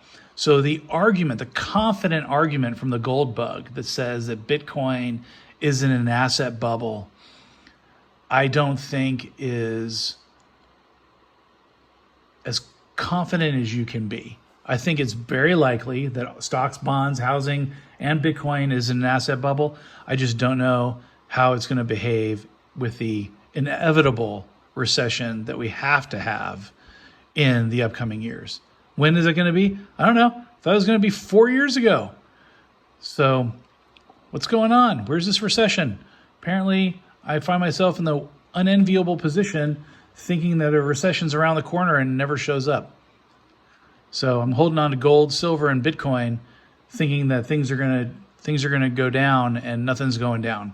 I guess it's good. I've been able to accumulate more of all of it. So, oh well. Next argument.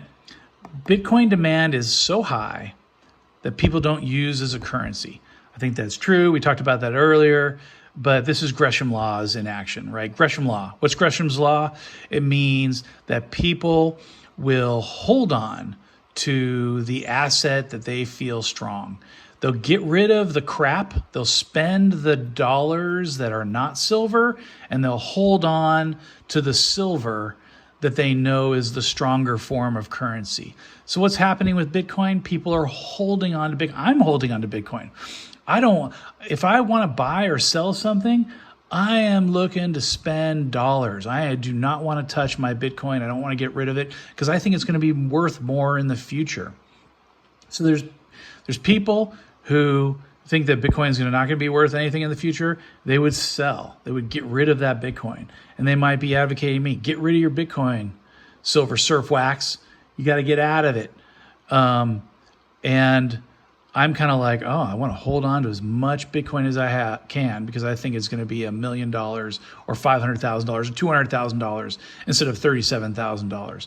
So this Gresham's law, whether it's true or not true, it is very possible that the reason that Bitcoin demand is so high is because of their feelings about Gresham's law. So I think it's a true argument that Bitcoin demand is high and people aren't using it as a currency. So it's not acting as cash, but what is the reason? Is it possibly the reason that the good thing, Bitcoin, is driving out the bad thing, cash? That's very possible. So argument, counter argument, there we go. Covered it. And it's really interesting. One of the sort of arguments that was made in relation to Bitcoin demand being high, Frank Guster was talking about miners and gold miners and how many miners are trying to increase their reserves or do more exploration, or that they are low on mining and so the supply is weak. So that's a strong argument against. Well, it's a strong argument for gold in the sense that if the supply is low, then the demand might be higher, therefore the price goes up. But I want to bring up this point, and I'm going to bring it up a couple of times, that gold bugs seem to forget that gold miners are sellers. They're sellers of gold. They are reducing the price. Gold miners mine the gold and they sell the gold, right? So people who are sellers, they don't value the gold as much as they value the cash. So that's a really interesting scenario, right? They're trying to get rid of the gold. So there's a lot of gold bugs that are like, I want to get into gold mining and gold miners, and I want, because, that's going to be valuable because people in the future are going to want gold produced out of the ground. And so I'm going to get, But that's selling gold. That's selling down the price. Very similar to Bitcoin. The Bitcoin miners sell down the price. They're sellers of Bitcoin because they have to pay for their expenses.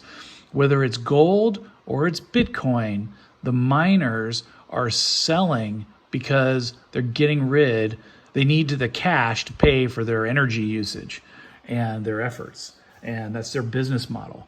So just kind of throwing that in there, when you're talking about demand and you're talking about supply, gold bugs often forget that mining more gold means you're increasing the supply and you're selling into that.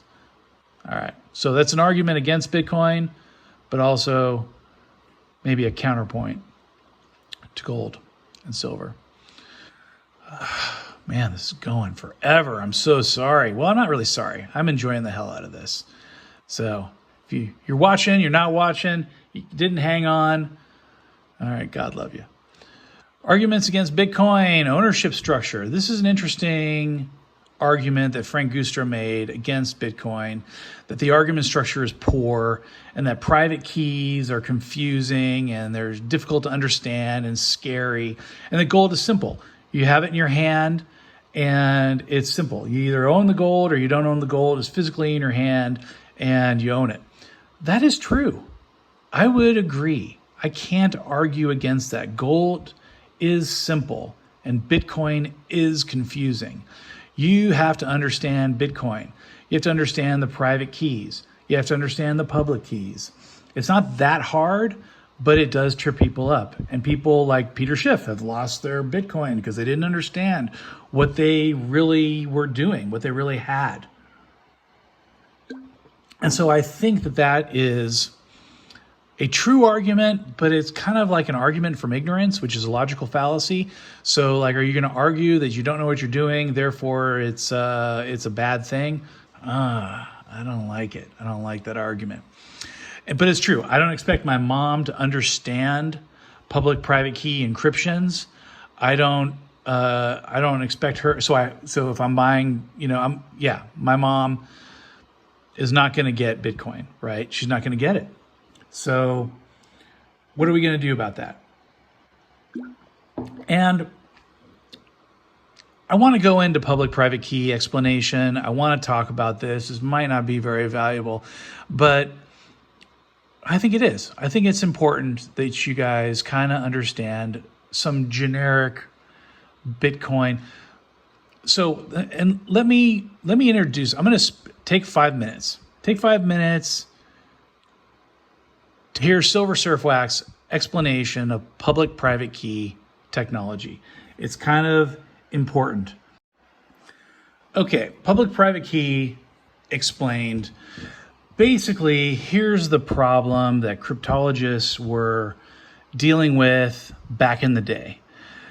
If you had a username and a password and you wanted to send something to somebody else that was encrypted, you would need to, in some manner, tell them the password to the thing that you encrypted, right? So you're going to encrypt it on your end and you're going to send it to somebody else on their end and they're going to receive it. But to decrypt it, they're going to need to know the password.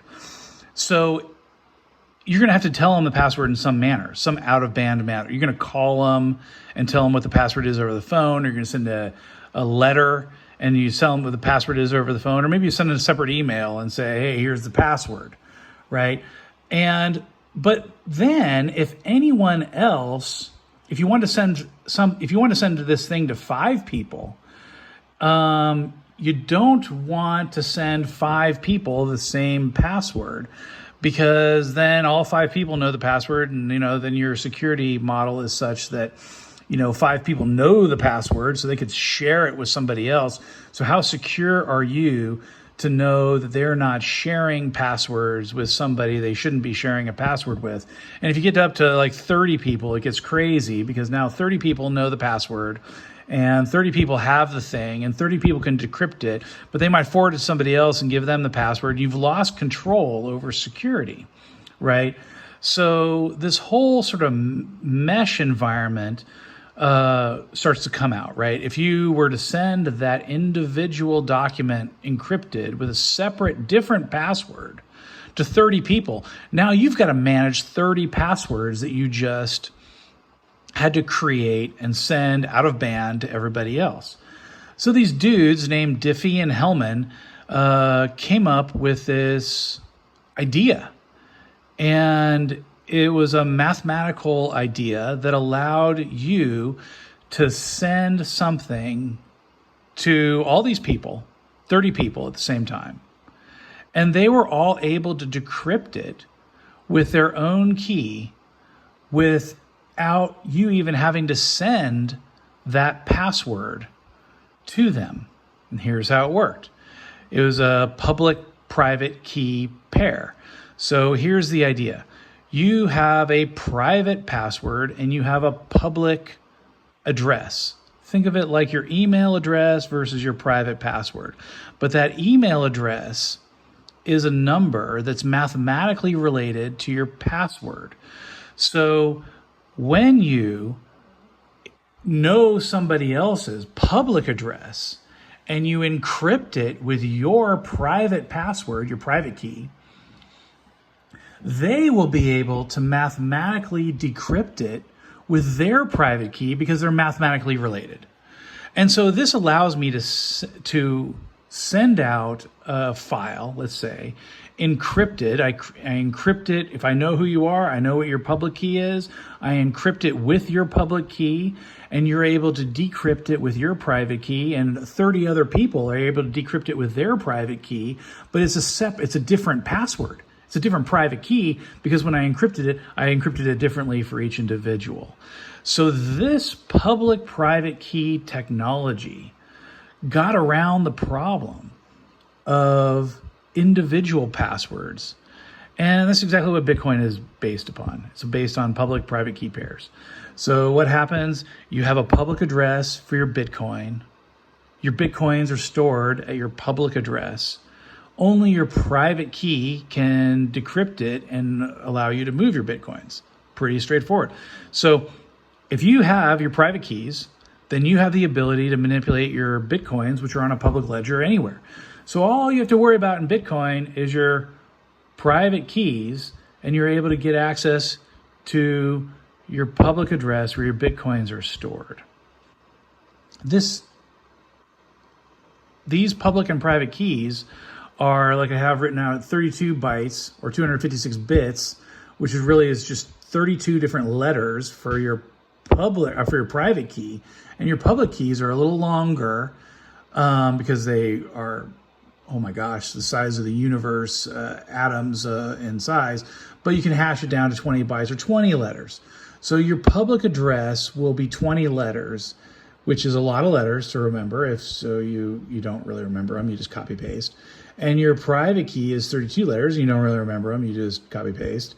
And you can encrypt and decrypt, and then you can access your Bitcoin.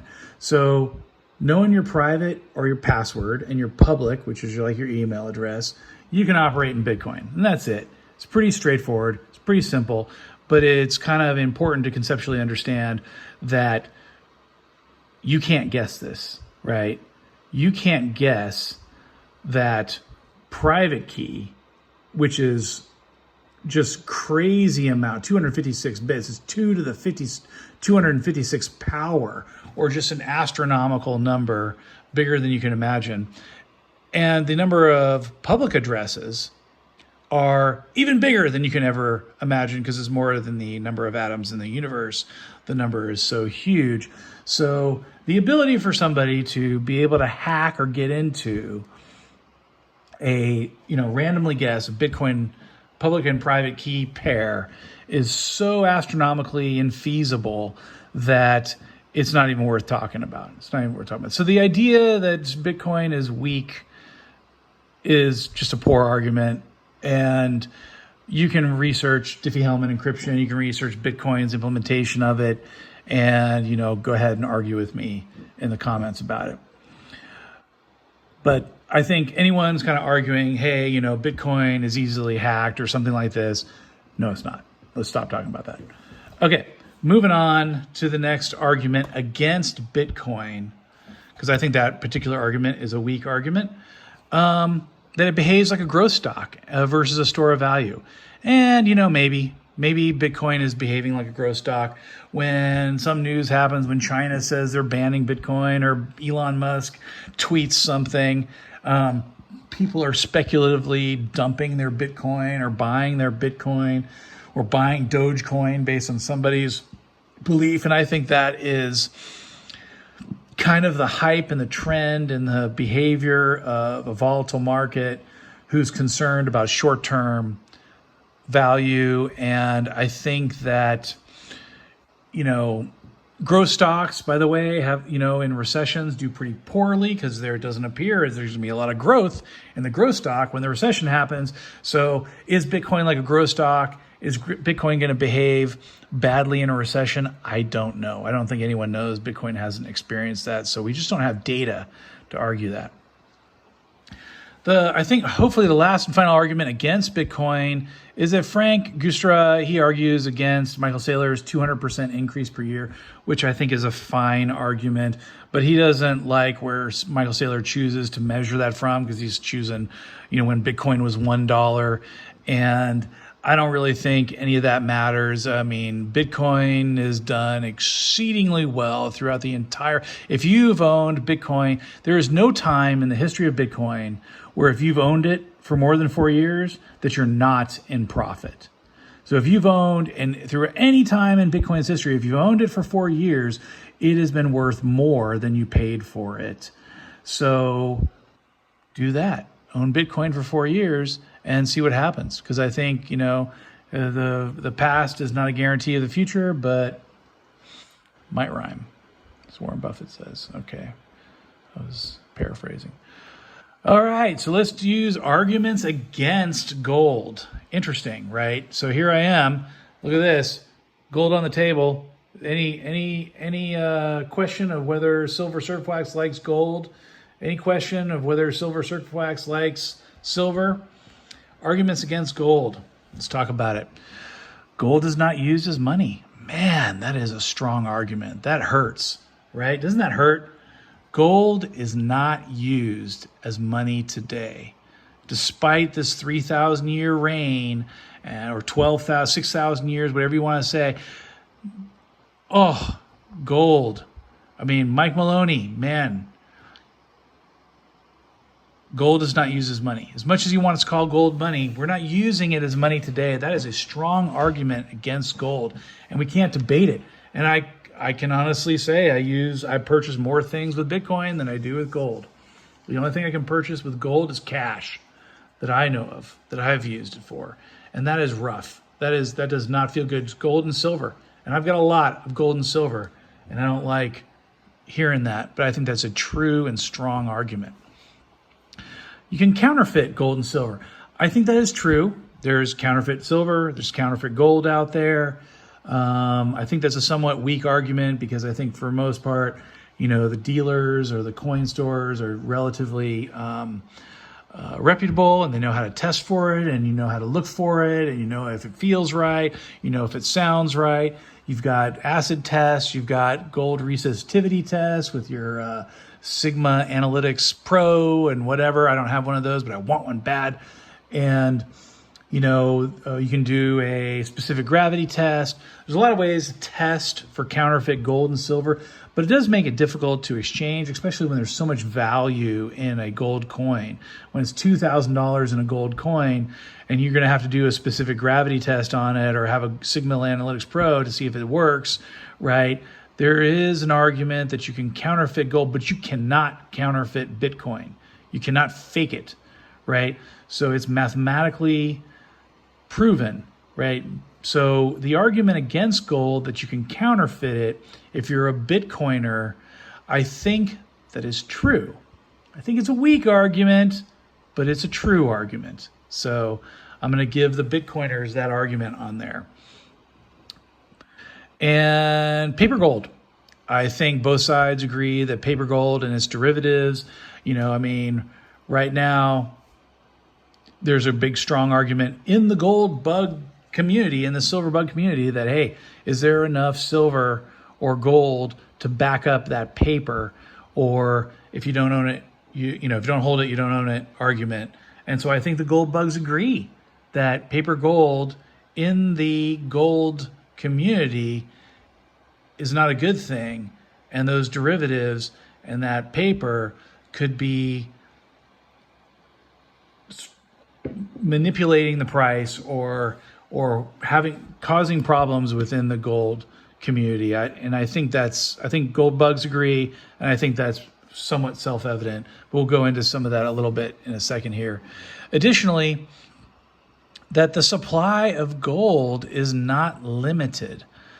Okay, so they go into this for a little while during this debate. They talk about that the supply of gold is not limited, that you keep mining it out of the ground, and basically you could mine it forever, right? You could churn the entire surface of the earth for gold and just have this unlimited supply of gold. I think it's true that the supply is not limited the way Bitcoin supply is limited. But I think it's kind of a weak argument, because I think you have diminishing returns going after gold. People are finding fewer and fewer reserves of gold in the ground. Generally, over history, gold is being mined at 1.5% rate, which is the same rate that we tend to have babies. So we're generating as many people as we are generating gold. So it's kind of keeping pace with that. Generally, there's been times in history where we've mined too much gold during the gold rushes or the silver rushes. And that has caused the price of gold or silver to decrease because there's too much supply. So I think there's some true arguments about that. I think it's a little bit also, but if you're going to take counterpoint to Bitcoin, it's a little bit weird the way Bitcoin is diminishing its supply in this geometric way. And sort of the game theory with Bitcoin is sort of forced scarcity. It's kind of strange, and it's going to just keep the price of Bitcoin going up and up and up. And that might be great for holders of Bitcoin, but not so great for people who don't hold Bitcoin. At some point, will the network effect continue? Will people want to buy? I mean, I'm not a buyer of Bitcoin at $65,000, $64,000, right? I'm not a buyer of Bitcoin at $37,000. I want to wait till it's sub 20K to buy any more Bitcoin. I'm already invested enough in Bitcoin that I've got enough, and if it drops sub 20K, I'll start buying Bitcoin again. But I'm not going to buy any Bitcoin at that price. It's too high for me. But I probably should just keep accumulating. The reality is, though, I'm so heavy Bitcoin, I need to diversify. I need to spend my Bitcoin to get my allocations more even. So that's just where I'm at personally. All right, so where was I? Supply not limited. I think that's true. But it's kind of a lame argument. Another argument against gold is that it's government owned and controlled. And I think that's possibly a true argument. I think it's false for silver. I think most countries don't have silver reserves. They're not holding a lot of silver. So what do I have? I have a lot of silver. I have about 75% of my stack is silver, basically for that reason, because I think there's higher upside with silver, and I think the government doesn't own silver. So if the government can't dump silver on the market, then that's better. So I think, government owned and controlled gold is a true argument against gold. I'm not sure exactly how that will go down, but we've talked about that already. Asteroid mining, what a dumb argument. Gosh, I hate the asteroid mining argument. Like, we're going to go up into space, spend a lot of time to get up to the top of the gravity well, and then we're going to mine the asteroids because nobody has figured out how to even land on an asteroid properly. But we're going to actually mine in 0G. And I don't know, are we going to smelt? Are we going to we're going to separate the gold from the rock, and we're going to smelt gold in space with no gravity? Because you know how we smelt gold is let gold sink to the bottom after it melts. So if there's no gravity, what are you going to do? You're going to spin it around, centrifugal force, and then you're going to, after you've finally mined all that gold, then you're going to drop it out of the gravity well onto Earth. And then it's going to be nobody's going to be asteroid mining. And any asteroid mining for any metals are going to stay up in space because it takes too much money to get metal up into space anyway. You're going to want to use it in space. So I think the whole asteroid mining argument is silly. Watch the episode of The Expanse on Amazon Prime.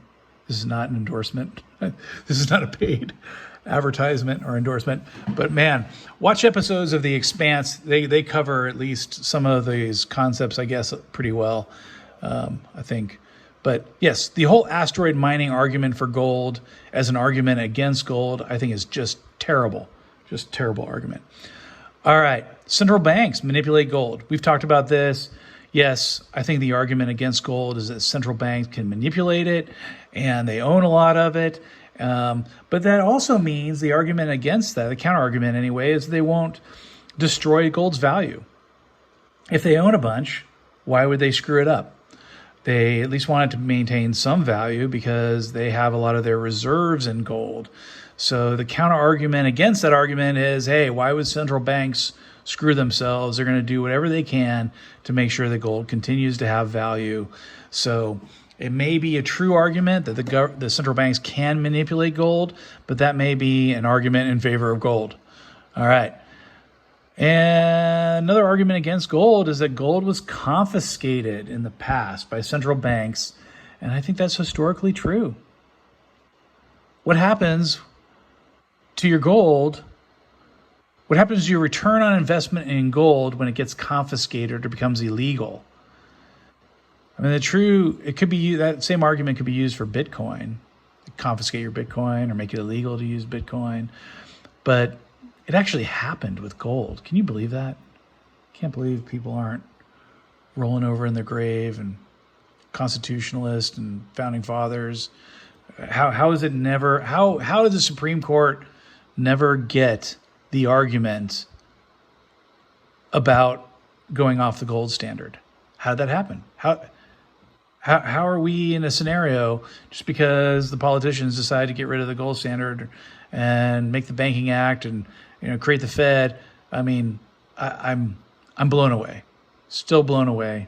That's why I'm a gold bug to this day, because I don't understand how we could have it listed in our Constitution as only the states can mint gold and silver as money, and all of a sudden we have a central bank and a Federal Reserve and just printing money left and right. I don't understand. So it's an argument against gold that the gold was confiscated, and it happened. I can't believe it happened. Can't believe it hasn't been challenged. So I guess it's a strong argument. Another argument against gold. Bitcoin taking away gold's value. I mean, it's true. It's a strong argument that investment offices, family offices are probably putting more in money in Bitcoin than they are in gold, right? I think it's a good argument that gold has a lot of investment, but are people putting more of their portfolio in gold or more of their portfolio in Bitcoin these days? Bitcoin's got all the love, all the hype, and the counter argument there is, hey, you want to buy the unloved thing. You want to buy the thing that's not loved. Bitcoin's in hype and gold is not. Buy the unloved thing. That's what Warren Buffett will tell you.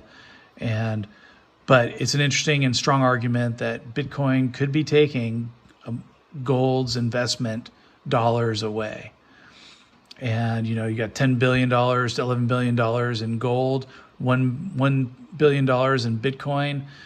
Is Bitcoin going to get more money or gold? I don't know.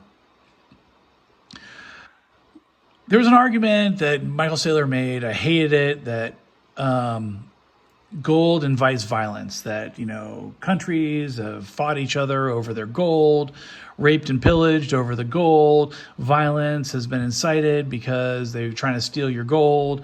And so gold is bad because of all the violence. And that Bitcoin doesn't incite the violence because, it's much more difficult to seize your gold or steal your gold or find your gold in some spot because the Bitcoin is on a private key. And I probably can't even explain why I think that is so lame. Sure, there's been gold seizures throughout history. Sure, any property that you have, whether it's land or buildings or cars, people try to steal it from you because you have it and they don't. Seems to be what we do through history. People try to scam each other about their Bitcoin. Bitcoin's harder to do, for sure. It's harder to steal. It's much more difficult to steal, so I guess that's good. Is that really a massively compelling argument against gold? I don't know. I just can't get behind that one. I think it's true, but I'm not excited about it. Cost to secure gold is a good argument against gold. I think that's true. It is definitely true that it takes more money to secure your gold or to transport your gold. And that particular argument means that gold has a higher sort of management cost. Bitcoin doesn't have that. You just hold it, you do your thing, doesn't require much, but you're worried about your gold getting stolen. And so I think there's a strong argument there. Is it a strong argument, a very strong argument against gold? Not really, because gold takes up very little space. Silver, on the other hand, takes up a lot more space. So you can't secure silver in a safety deposit box, or at least not much of it, or a small space in a wall, or a small space in the ground. You can hold a lot of gold, a lot of value somewhere. So the cost to secure gold is expensive, but gold has a lot of value in a small amount of space. I'm not sure, even though it's a true argument, I'm not sure how strong it is. The cost to transport and transact in gold, I think that's a true and strong argument. I'm really convinced about that argument. Look at the precious metal premiums, right? You want to buy some gold, you're going to pay 15% premium on your gold. Silver, 15 to 25% premium you're going to spend just transacting. So the spot price is this, buy your silver for 20% more because premiums. That's why, that's terrible, right? It's just terrible. Gold is not acting as money. Gold has all these premiums and all this transaction value expense and all this transportation and all this storage expense.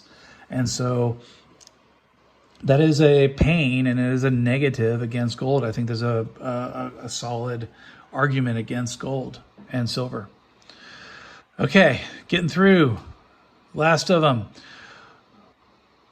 Argument against gold. Prices fall when the stock prices fall. It's not the store of value we think it is. I think that's true. I think that's short term. Long term, gold holds value, silver holds value, but short term fluctuations and the stock market drops and the gold because of the paper gold, right? People are selling their paper gold, and all of a sudden the paper gold affects the spot price, and so then the real gold price goes down because the stock market went down. It's pretty stupid, but it's exactly what happens. Another argument against gold. There's no ceiling to the gold supply. We talked about this. It's true. It's a strong argument that there's no ceiling, but I feel like it's an unconvincing argument. Gold production takes 10 to 20 years. Gold deposits, reserves are lower than they've been. They've dropped quite a bit. The grades of the ore are getting lower. The gold only has a 1.5% growth, like I mentioned about earlier, so it's kind of keeping pace with the population growth. Unless we had a real major pandemic and you lost 25, 30% of the population through a pandemic, then I see that as an actual reason to be concerned about gold. But the same thing for Bitcoin or cars or houses or anything else. You lose a massive percentage of the population, everything's going to be cheap for a while. Cheap and free. Housing might be free. If you're upset about housing, you might want to pray for a pandemic. No, that's not what we want to do. Bitcoin has another argument against gold. Bitcoin has inflation just like gold has inflation. Bitcoin is creating new Bitcoins every 10 minutes. There's a mining reward. So Bitcoin does have inflation. Now that inflation has reduced to roughly the inflation rate of gold, but early in Bitcoin's history, it was significant. And so this argument that Bitcoin is deflationary is true in the long run, but in the initial history of Bitcoin, that was not true. So I think sometimes Bitcoiners who use the argument that Bitcoin is deflationary, they are fudging it, right? They're fudging it. More arguments against gold. Gold miners are mining gold at half of its current price. Well, a little more than half, but let's just say half. And does that mean that if gold miners are producing gold at half the price, does that mean that gold's price is correct right now? That's a concern. I got a concern about gold. If they're digging it out of the ground at half the price and there's a whole bunch of profit by these gold miners, and then the gold price goes up and there's even more profit, does that mean gold is going to stay high when it doesn't take that much money to get it out of the ground? That concerns me. That is a concern about gold, right? And the miners, like we mentioned, they sell gold. They don't love gold. They don't hold gold on their balance sheet. That was an argument that Michael Saylor made and that Frank Gustra acknowledged. Gold miners sell their gold as fast as they can. And I think that's a strong argument, right? I mean, it's caveat, that's their business. And it's true for Bitcoin miners as well. The Bitcoin miners have to pay for their electric costs. They have to pay for their miner costs. They need to sell their Bitcoins to pay for those costs. So Bitcoin miners and gold and silver miners sell. But I think it's also true that sometimes there's some periods in history when the Bitcoin price is too low and the gold price is too low. And so the miners, they just hold on because they feel that it's not worth selling the gold or selling the Bitcoin at that price. They hold on to it for a while. Rare and difficult for them to do for a long period of time, but that does happen. So I think it's kind of lame to talk about the miners and just exactly how much their business model is to sell. And they're producing Bitcoins or they're producing gold. Their business model is to sell. And I got a little example here. If I'm a real estate developer, I sell developed real estate properties. Does that mean I don't believe in land or I don't believe in real estate because I'm a seller? No. It's your business model to create value and to sell it. So yes, they're de facto pumpers and marketers of their product, but it's their business model to produce that product and to sell that product. And somebody's got to do that. So I don't think that's a very strong argument against miners or using the actions of miners as an argument against the asset itself. And I think that's what Michael Saylor tried to do in this debate. Okay, so we're getting close to the end here. Arguments for both. I think there's compelling reasons to hold both Bitcoin and gold and silver. Gold is physical. Physical has positives and negatives. Bitcoin is virtual.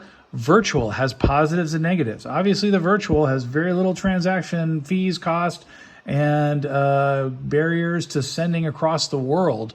So, and working in an entirely virtual environment allows you some freedoms that you don't get with physical gold and silver. I think it's true that Bitcoin has a lot of risk, but it has a lot of upside as well. And gold has lower risk, but I think it has lower upside than Bitcoin. So I think there's arguments for both gold, silver, and Bitcoin. Some bad arguments I hated. I hate the greater fool theory. This greater fool theory is that, hey, you're only you're going to sell because you think a greater fool is going to pay you more, and that's the only reason you hold on to the asset. It's the whole tulip mania argument. I just don't like this argument because I think everything is a greater fool theory. Any investment that I have, I hold on to a stock because I think the company is going to do better. And so I think somebody's going to pay me more for that stock in the future. Or I think that stock or the company is going to be profitable. It's a greater fool theory. Any investment, I think, somebody's going to pay me more for in the future. And so, like, we're all greater fools. We're all greater fool theory. The money you gain is somebody else's loss. I just don't like this argument. Another argument I don't like is that governments need to manage their currency, and so they are going to crush Bitcoin, or they're going to crush gold, or they're going to crush silver. I mean, there's some strength to this argument because they confiscated the gold, but then you can kind of argue that they're backing their currency with gold. So I don't know. I mean, the governments need to manage their currency, and to central banks kind of agree that that's an argument. I just don't think it's a strong argument relating to gold and silver. I think that those central banks are managing their fiat, and they're not really pegging that to gold or silver or Bitcoin. There was an argument during this debate against anarchy, and Frank Gustra kept talking about, Bitcoiners being anarchists and trying to get around the government, and that, hey, anything needs to follow government rules. I think that's true for gold. I think that's true for Bitcoin. I don't think it's really positive or negative about gold or Bitcoin. Both gold and Bitcoin seem to operate somewhat outside of the economic theory of the fiat currency and the money printing. So I'm not really sure that this argument against anarchy really flies for me. I don't see how that's only an argument for Bitcoiners. I think if we're a gold and silver bugs, we're thinking that we're banking against central banks and federal government money printing and deficit spending. We've got the same argument. So I don't really buy this somehow that Bitcoiners are anarchists or something, and that's not going to be allowed. Another bad argument I don't like is Michael Saylor was arguing that gold miners have a conflict of interest. They just want to pump gold. And I think that's true. They are gold pumpers. And Bitcoiners are Bitcoin pumpers. And Bitcoin are Bitcoin sellers, just like I've talked about in the past. So I think this idea that you're going to argue against gold because the gold miners pump gold, it's their business to pump gold. That's just you gotta take that with what it is, and I gotta hear it. It's a side of the same coin. Another bad argument is this debating the percentage of increase of Bitcoin, like we talked about before. Bitcoin has crushed it. Bitcoin has crushed it compared to gold over the last decade. Let's just take that as a given. Arguing about what the percentage is increase for Bitcoin. Is it 200% a year? Is it 190% a year? Is it 180% a year? Doesn't matter. Bitcoin has absolutely killed it compared to gold. If you put your money into Bitcoin versus gold, you did really well. Who cares? Let's talk about now. Let's talk about the future. Putting your money into Bitcoin or gold now and into the future, what's going to happen? That's a harder, the past is the past, and it's not guaranteed what the future will bring. That's the part that is difficult, and that's the argument. So arguing the percentages of what Michael Saylor says is the percentage increase for Bitcoin versus gold, I don't care about that math. Obviously, Bitcoin has crushed it, and gold has not done as well. Gold's done reasonably well, but you'd have done better in Bitcoin for sure. That's just obvious. Other bad arguments that Michael Saylor used, he attempted to use engineering principles or all this other weird imagery of steel or building airplanes or, and it was all this hyperbolic language about that, Bitcoin is somehow mathematical or engineering perfect. And I disliked his take on that. I disliked this attempt to associate Bitcoin with engineering principles and somehow that it was essentially a fallacy of logic, an argument by authority, right? That somehow he's trying to associate Bitcoin with perfection and with engineers or something like this. And I just thought it was a bad take. It attempted to sound convincing, but I did not like the way he used it. And that was just my opinion on there. So Frank uses hits on Bitcoin. Boy, what was I trying to describe there? Frank did a lot of things I didn't care for, but I don't know what my bullet point was supposed to mean. Okay, recently at the Bitcoin conference. Okay, so this is one part was not part of the debate, but Michael Saylor attacked Bitcoin detractors in this debate, this recent Bitcoin conference in Miami, that he was trying to impoverish the people who were against Bitcoin want to take away Bitcoin from people in the third world that are yearning for Bitcoin and economic freedom, and that they don't have bank accounts and they want to bank the unbanked. And anyone who's against Bitcoin is against the third world having autonomy and freedom and economic, stability and all this other stuff. It just felt like a terrible emotional argument. It was an appeal to emotions, and I just did not like Michael Saylor's attempt to use that tactic. I thought that was a bad argument, and I thought I would point that out and bring that up. Good arguments.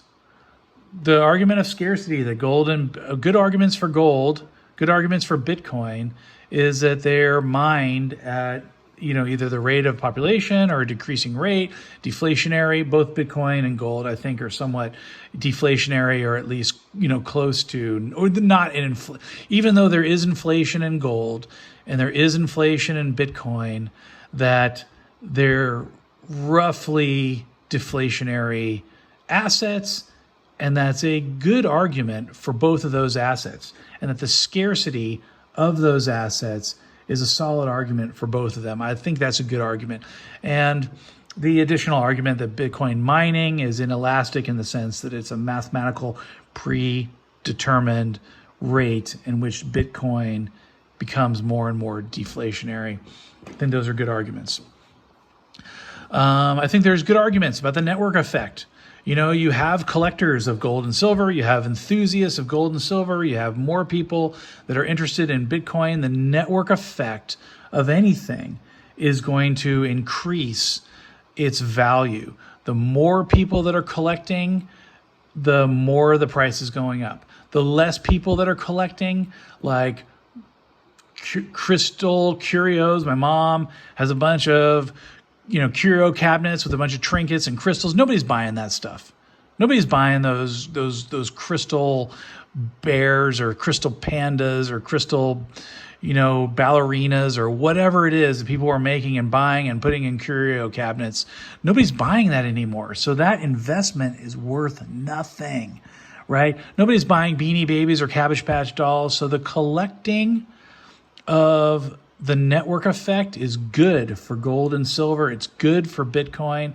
If it goes out of favor, it's obviously bad for the price. So possibly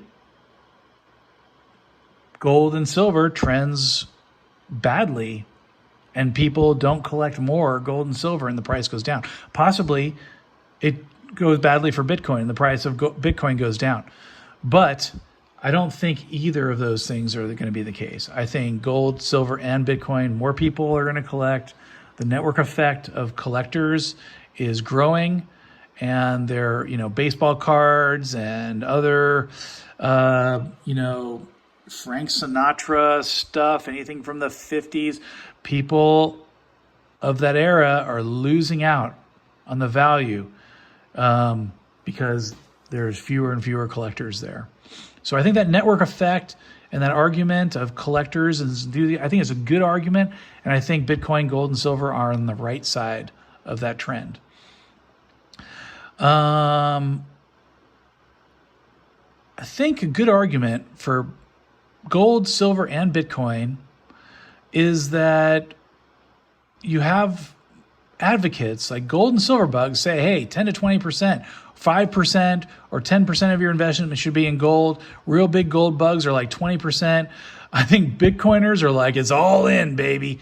And so both of those have a mentality of collecting more. I think that's a network effect. I think those are good arguments.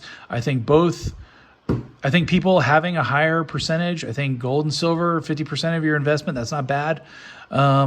Because what else are you going to put your money in? You're going to put more money into real estate. You're going to put more money into stocks or bonds that are already high bubble assets. I mean, you can make the argument that Bitcoin is a high bubble asset. What are you going to put your money in? So, I don't know. I'm unsure how to judge this. It could be a bubble, but it could be foresight for an emerging asset. These are tough calls, but I am one to believe that having a larger percentage of your wealth in gold, silver, and Bitcoin than previously advocated is a good call. So here's my arguments. Gold has a problem that I don't hear a lot of gold bugs talk about. Gold, governments own tons of gold. They could dump on the market. They could pay for goods and services with gold if fiat currency goes to crap. So if they dump on the market, that's going to reduce the price of gold. So I think one of the arguments, one of my concerns about gold that I don't hear any of the gold bugs talk about is the risk that you have of the government dumping on your head. And I don't think the government can dump on your head for Bitcoin. Unless they got Satoshi's, Bitcoins, I don't think the government has any Bitcoin to dump. So I think that's an argument that gold bugs don't talk about against gold, and has not been really discussed as strongly as I think ought to be discussed. I think an argument that I don't hear people discussing enough is that Bitcoin is new. It's the hype factor, it's the meme factor, it's the millennial factor, it's the network effect factor. So as I have profited in Bitcoin, I'm taking my profits in gold, I'm balancing it out. I think people who don't have Bitcoin probably should still accumulate. I think it's risky because the price is so high. If the price goes lower, if the price goes sub 20K, I definitely will start reaccumulating Bitcoin myself. But I think if you don't have any Bitcoin, it's worth having a percentage of your net worth in Bitcoin, because you just don't know. You just don't know if that hype factor is going to continue to go up. Love gold, love silver, but diversify maybe. And I think other arguments is that this debate between gold and Bitcoin, gold, silver, and Bitcoin, I think everyone should realize that they have the same mentality. They have the same goals. They're friends and complementary with each other. That Bitcoin and gold is looking for scarcity, is looking for something that the government doesn't control so much, is looking for something that is a way of getting around or investing in something that is not denominated in the fiat that is printed forever, that you hopefully will come out the other side of an economic collapse or hyperinflation with at least retaining your value, if not gaining value, because the network effects of gold, silver, or Bitcoin are so strong. So I really think that a lot of this debate between gold, silver, and Bitcoin, in the summary, in the totality, is good for your understanding of those arguments and to solidify your conviction. But ultimately, it's kind of pointless. I'm looking at it, I'm like, you know what? Gold, silver, Bitcoin, they all have the same aims. They have similar network effects. There's a higher risk-reward scenario with Bitcoin. There's a lower risk-reward scenario with gold and silver, but more stability. And on the macro view, I think that we have the same narrative. We have the same goals. And if that network effect holds, then I think we're both going to do well. And that's the presentation, guys. So hope you enjoyed that way longer than I expected almost as long as the damn interview itself. Go ahead and watch the debate, or watch the Gold Silver Pros rant against Bitcoin, as gold people ranting against Bitcoin. Again, not against gold, not against Bitcoin. I think they're complementary, and I think there's arguments for both. And I think that, being armed with more information and understanding those debate points is stronger. So please have at it. Give me what your thoughts are in the comments. Where are you at in your education or in your philosophy with gold and silver and Bitcoin? What do you think? And I know I'm mostly talking to a precious metals community, so go ahead and challenge me on that. All right, love you guys. Take care.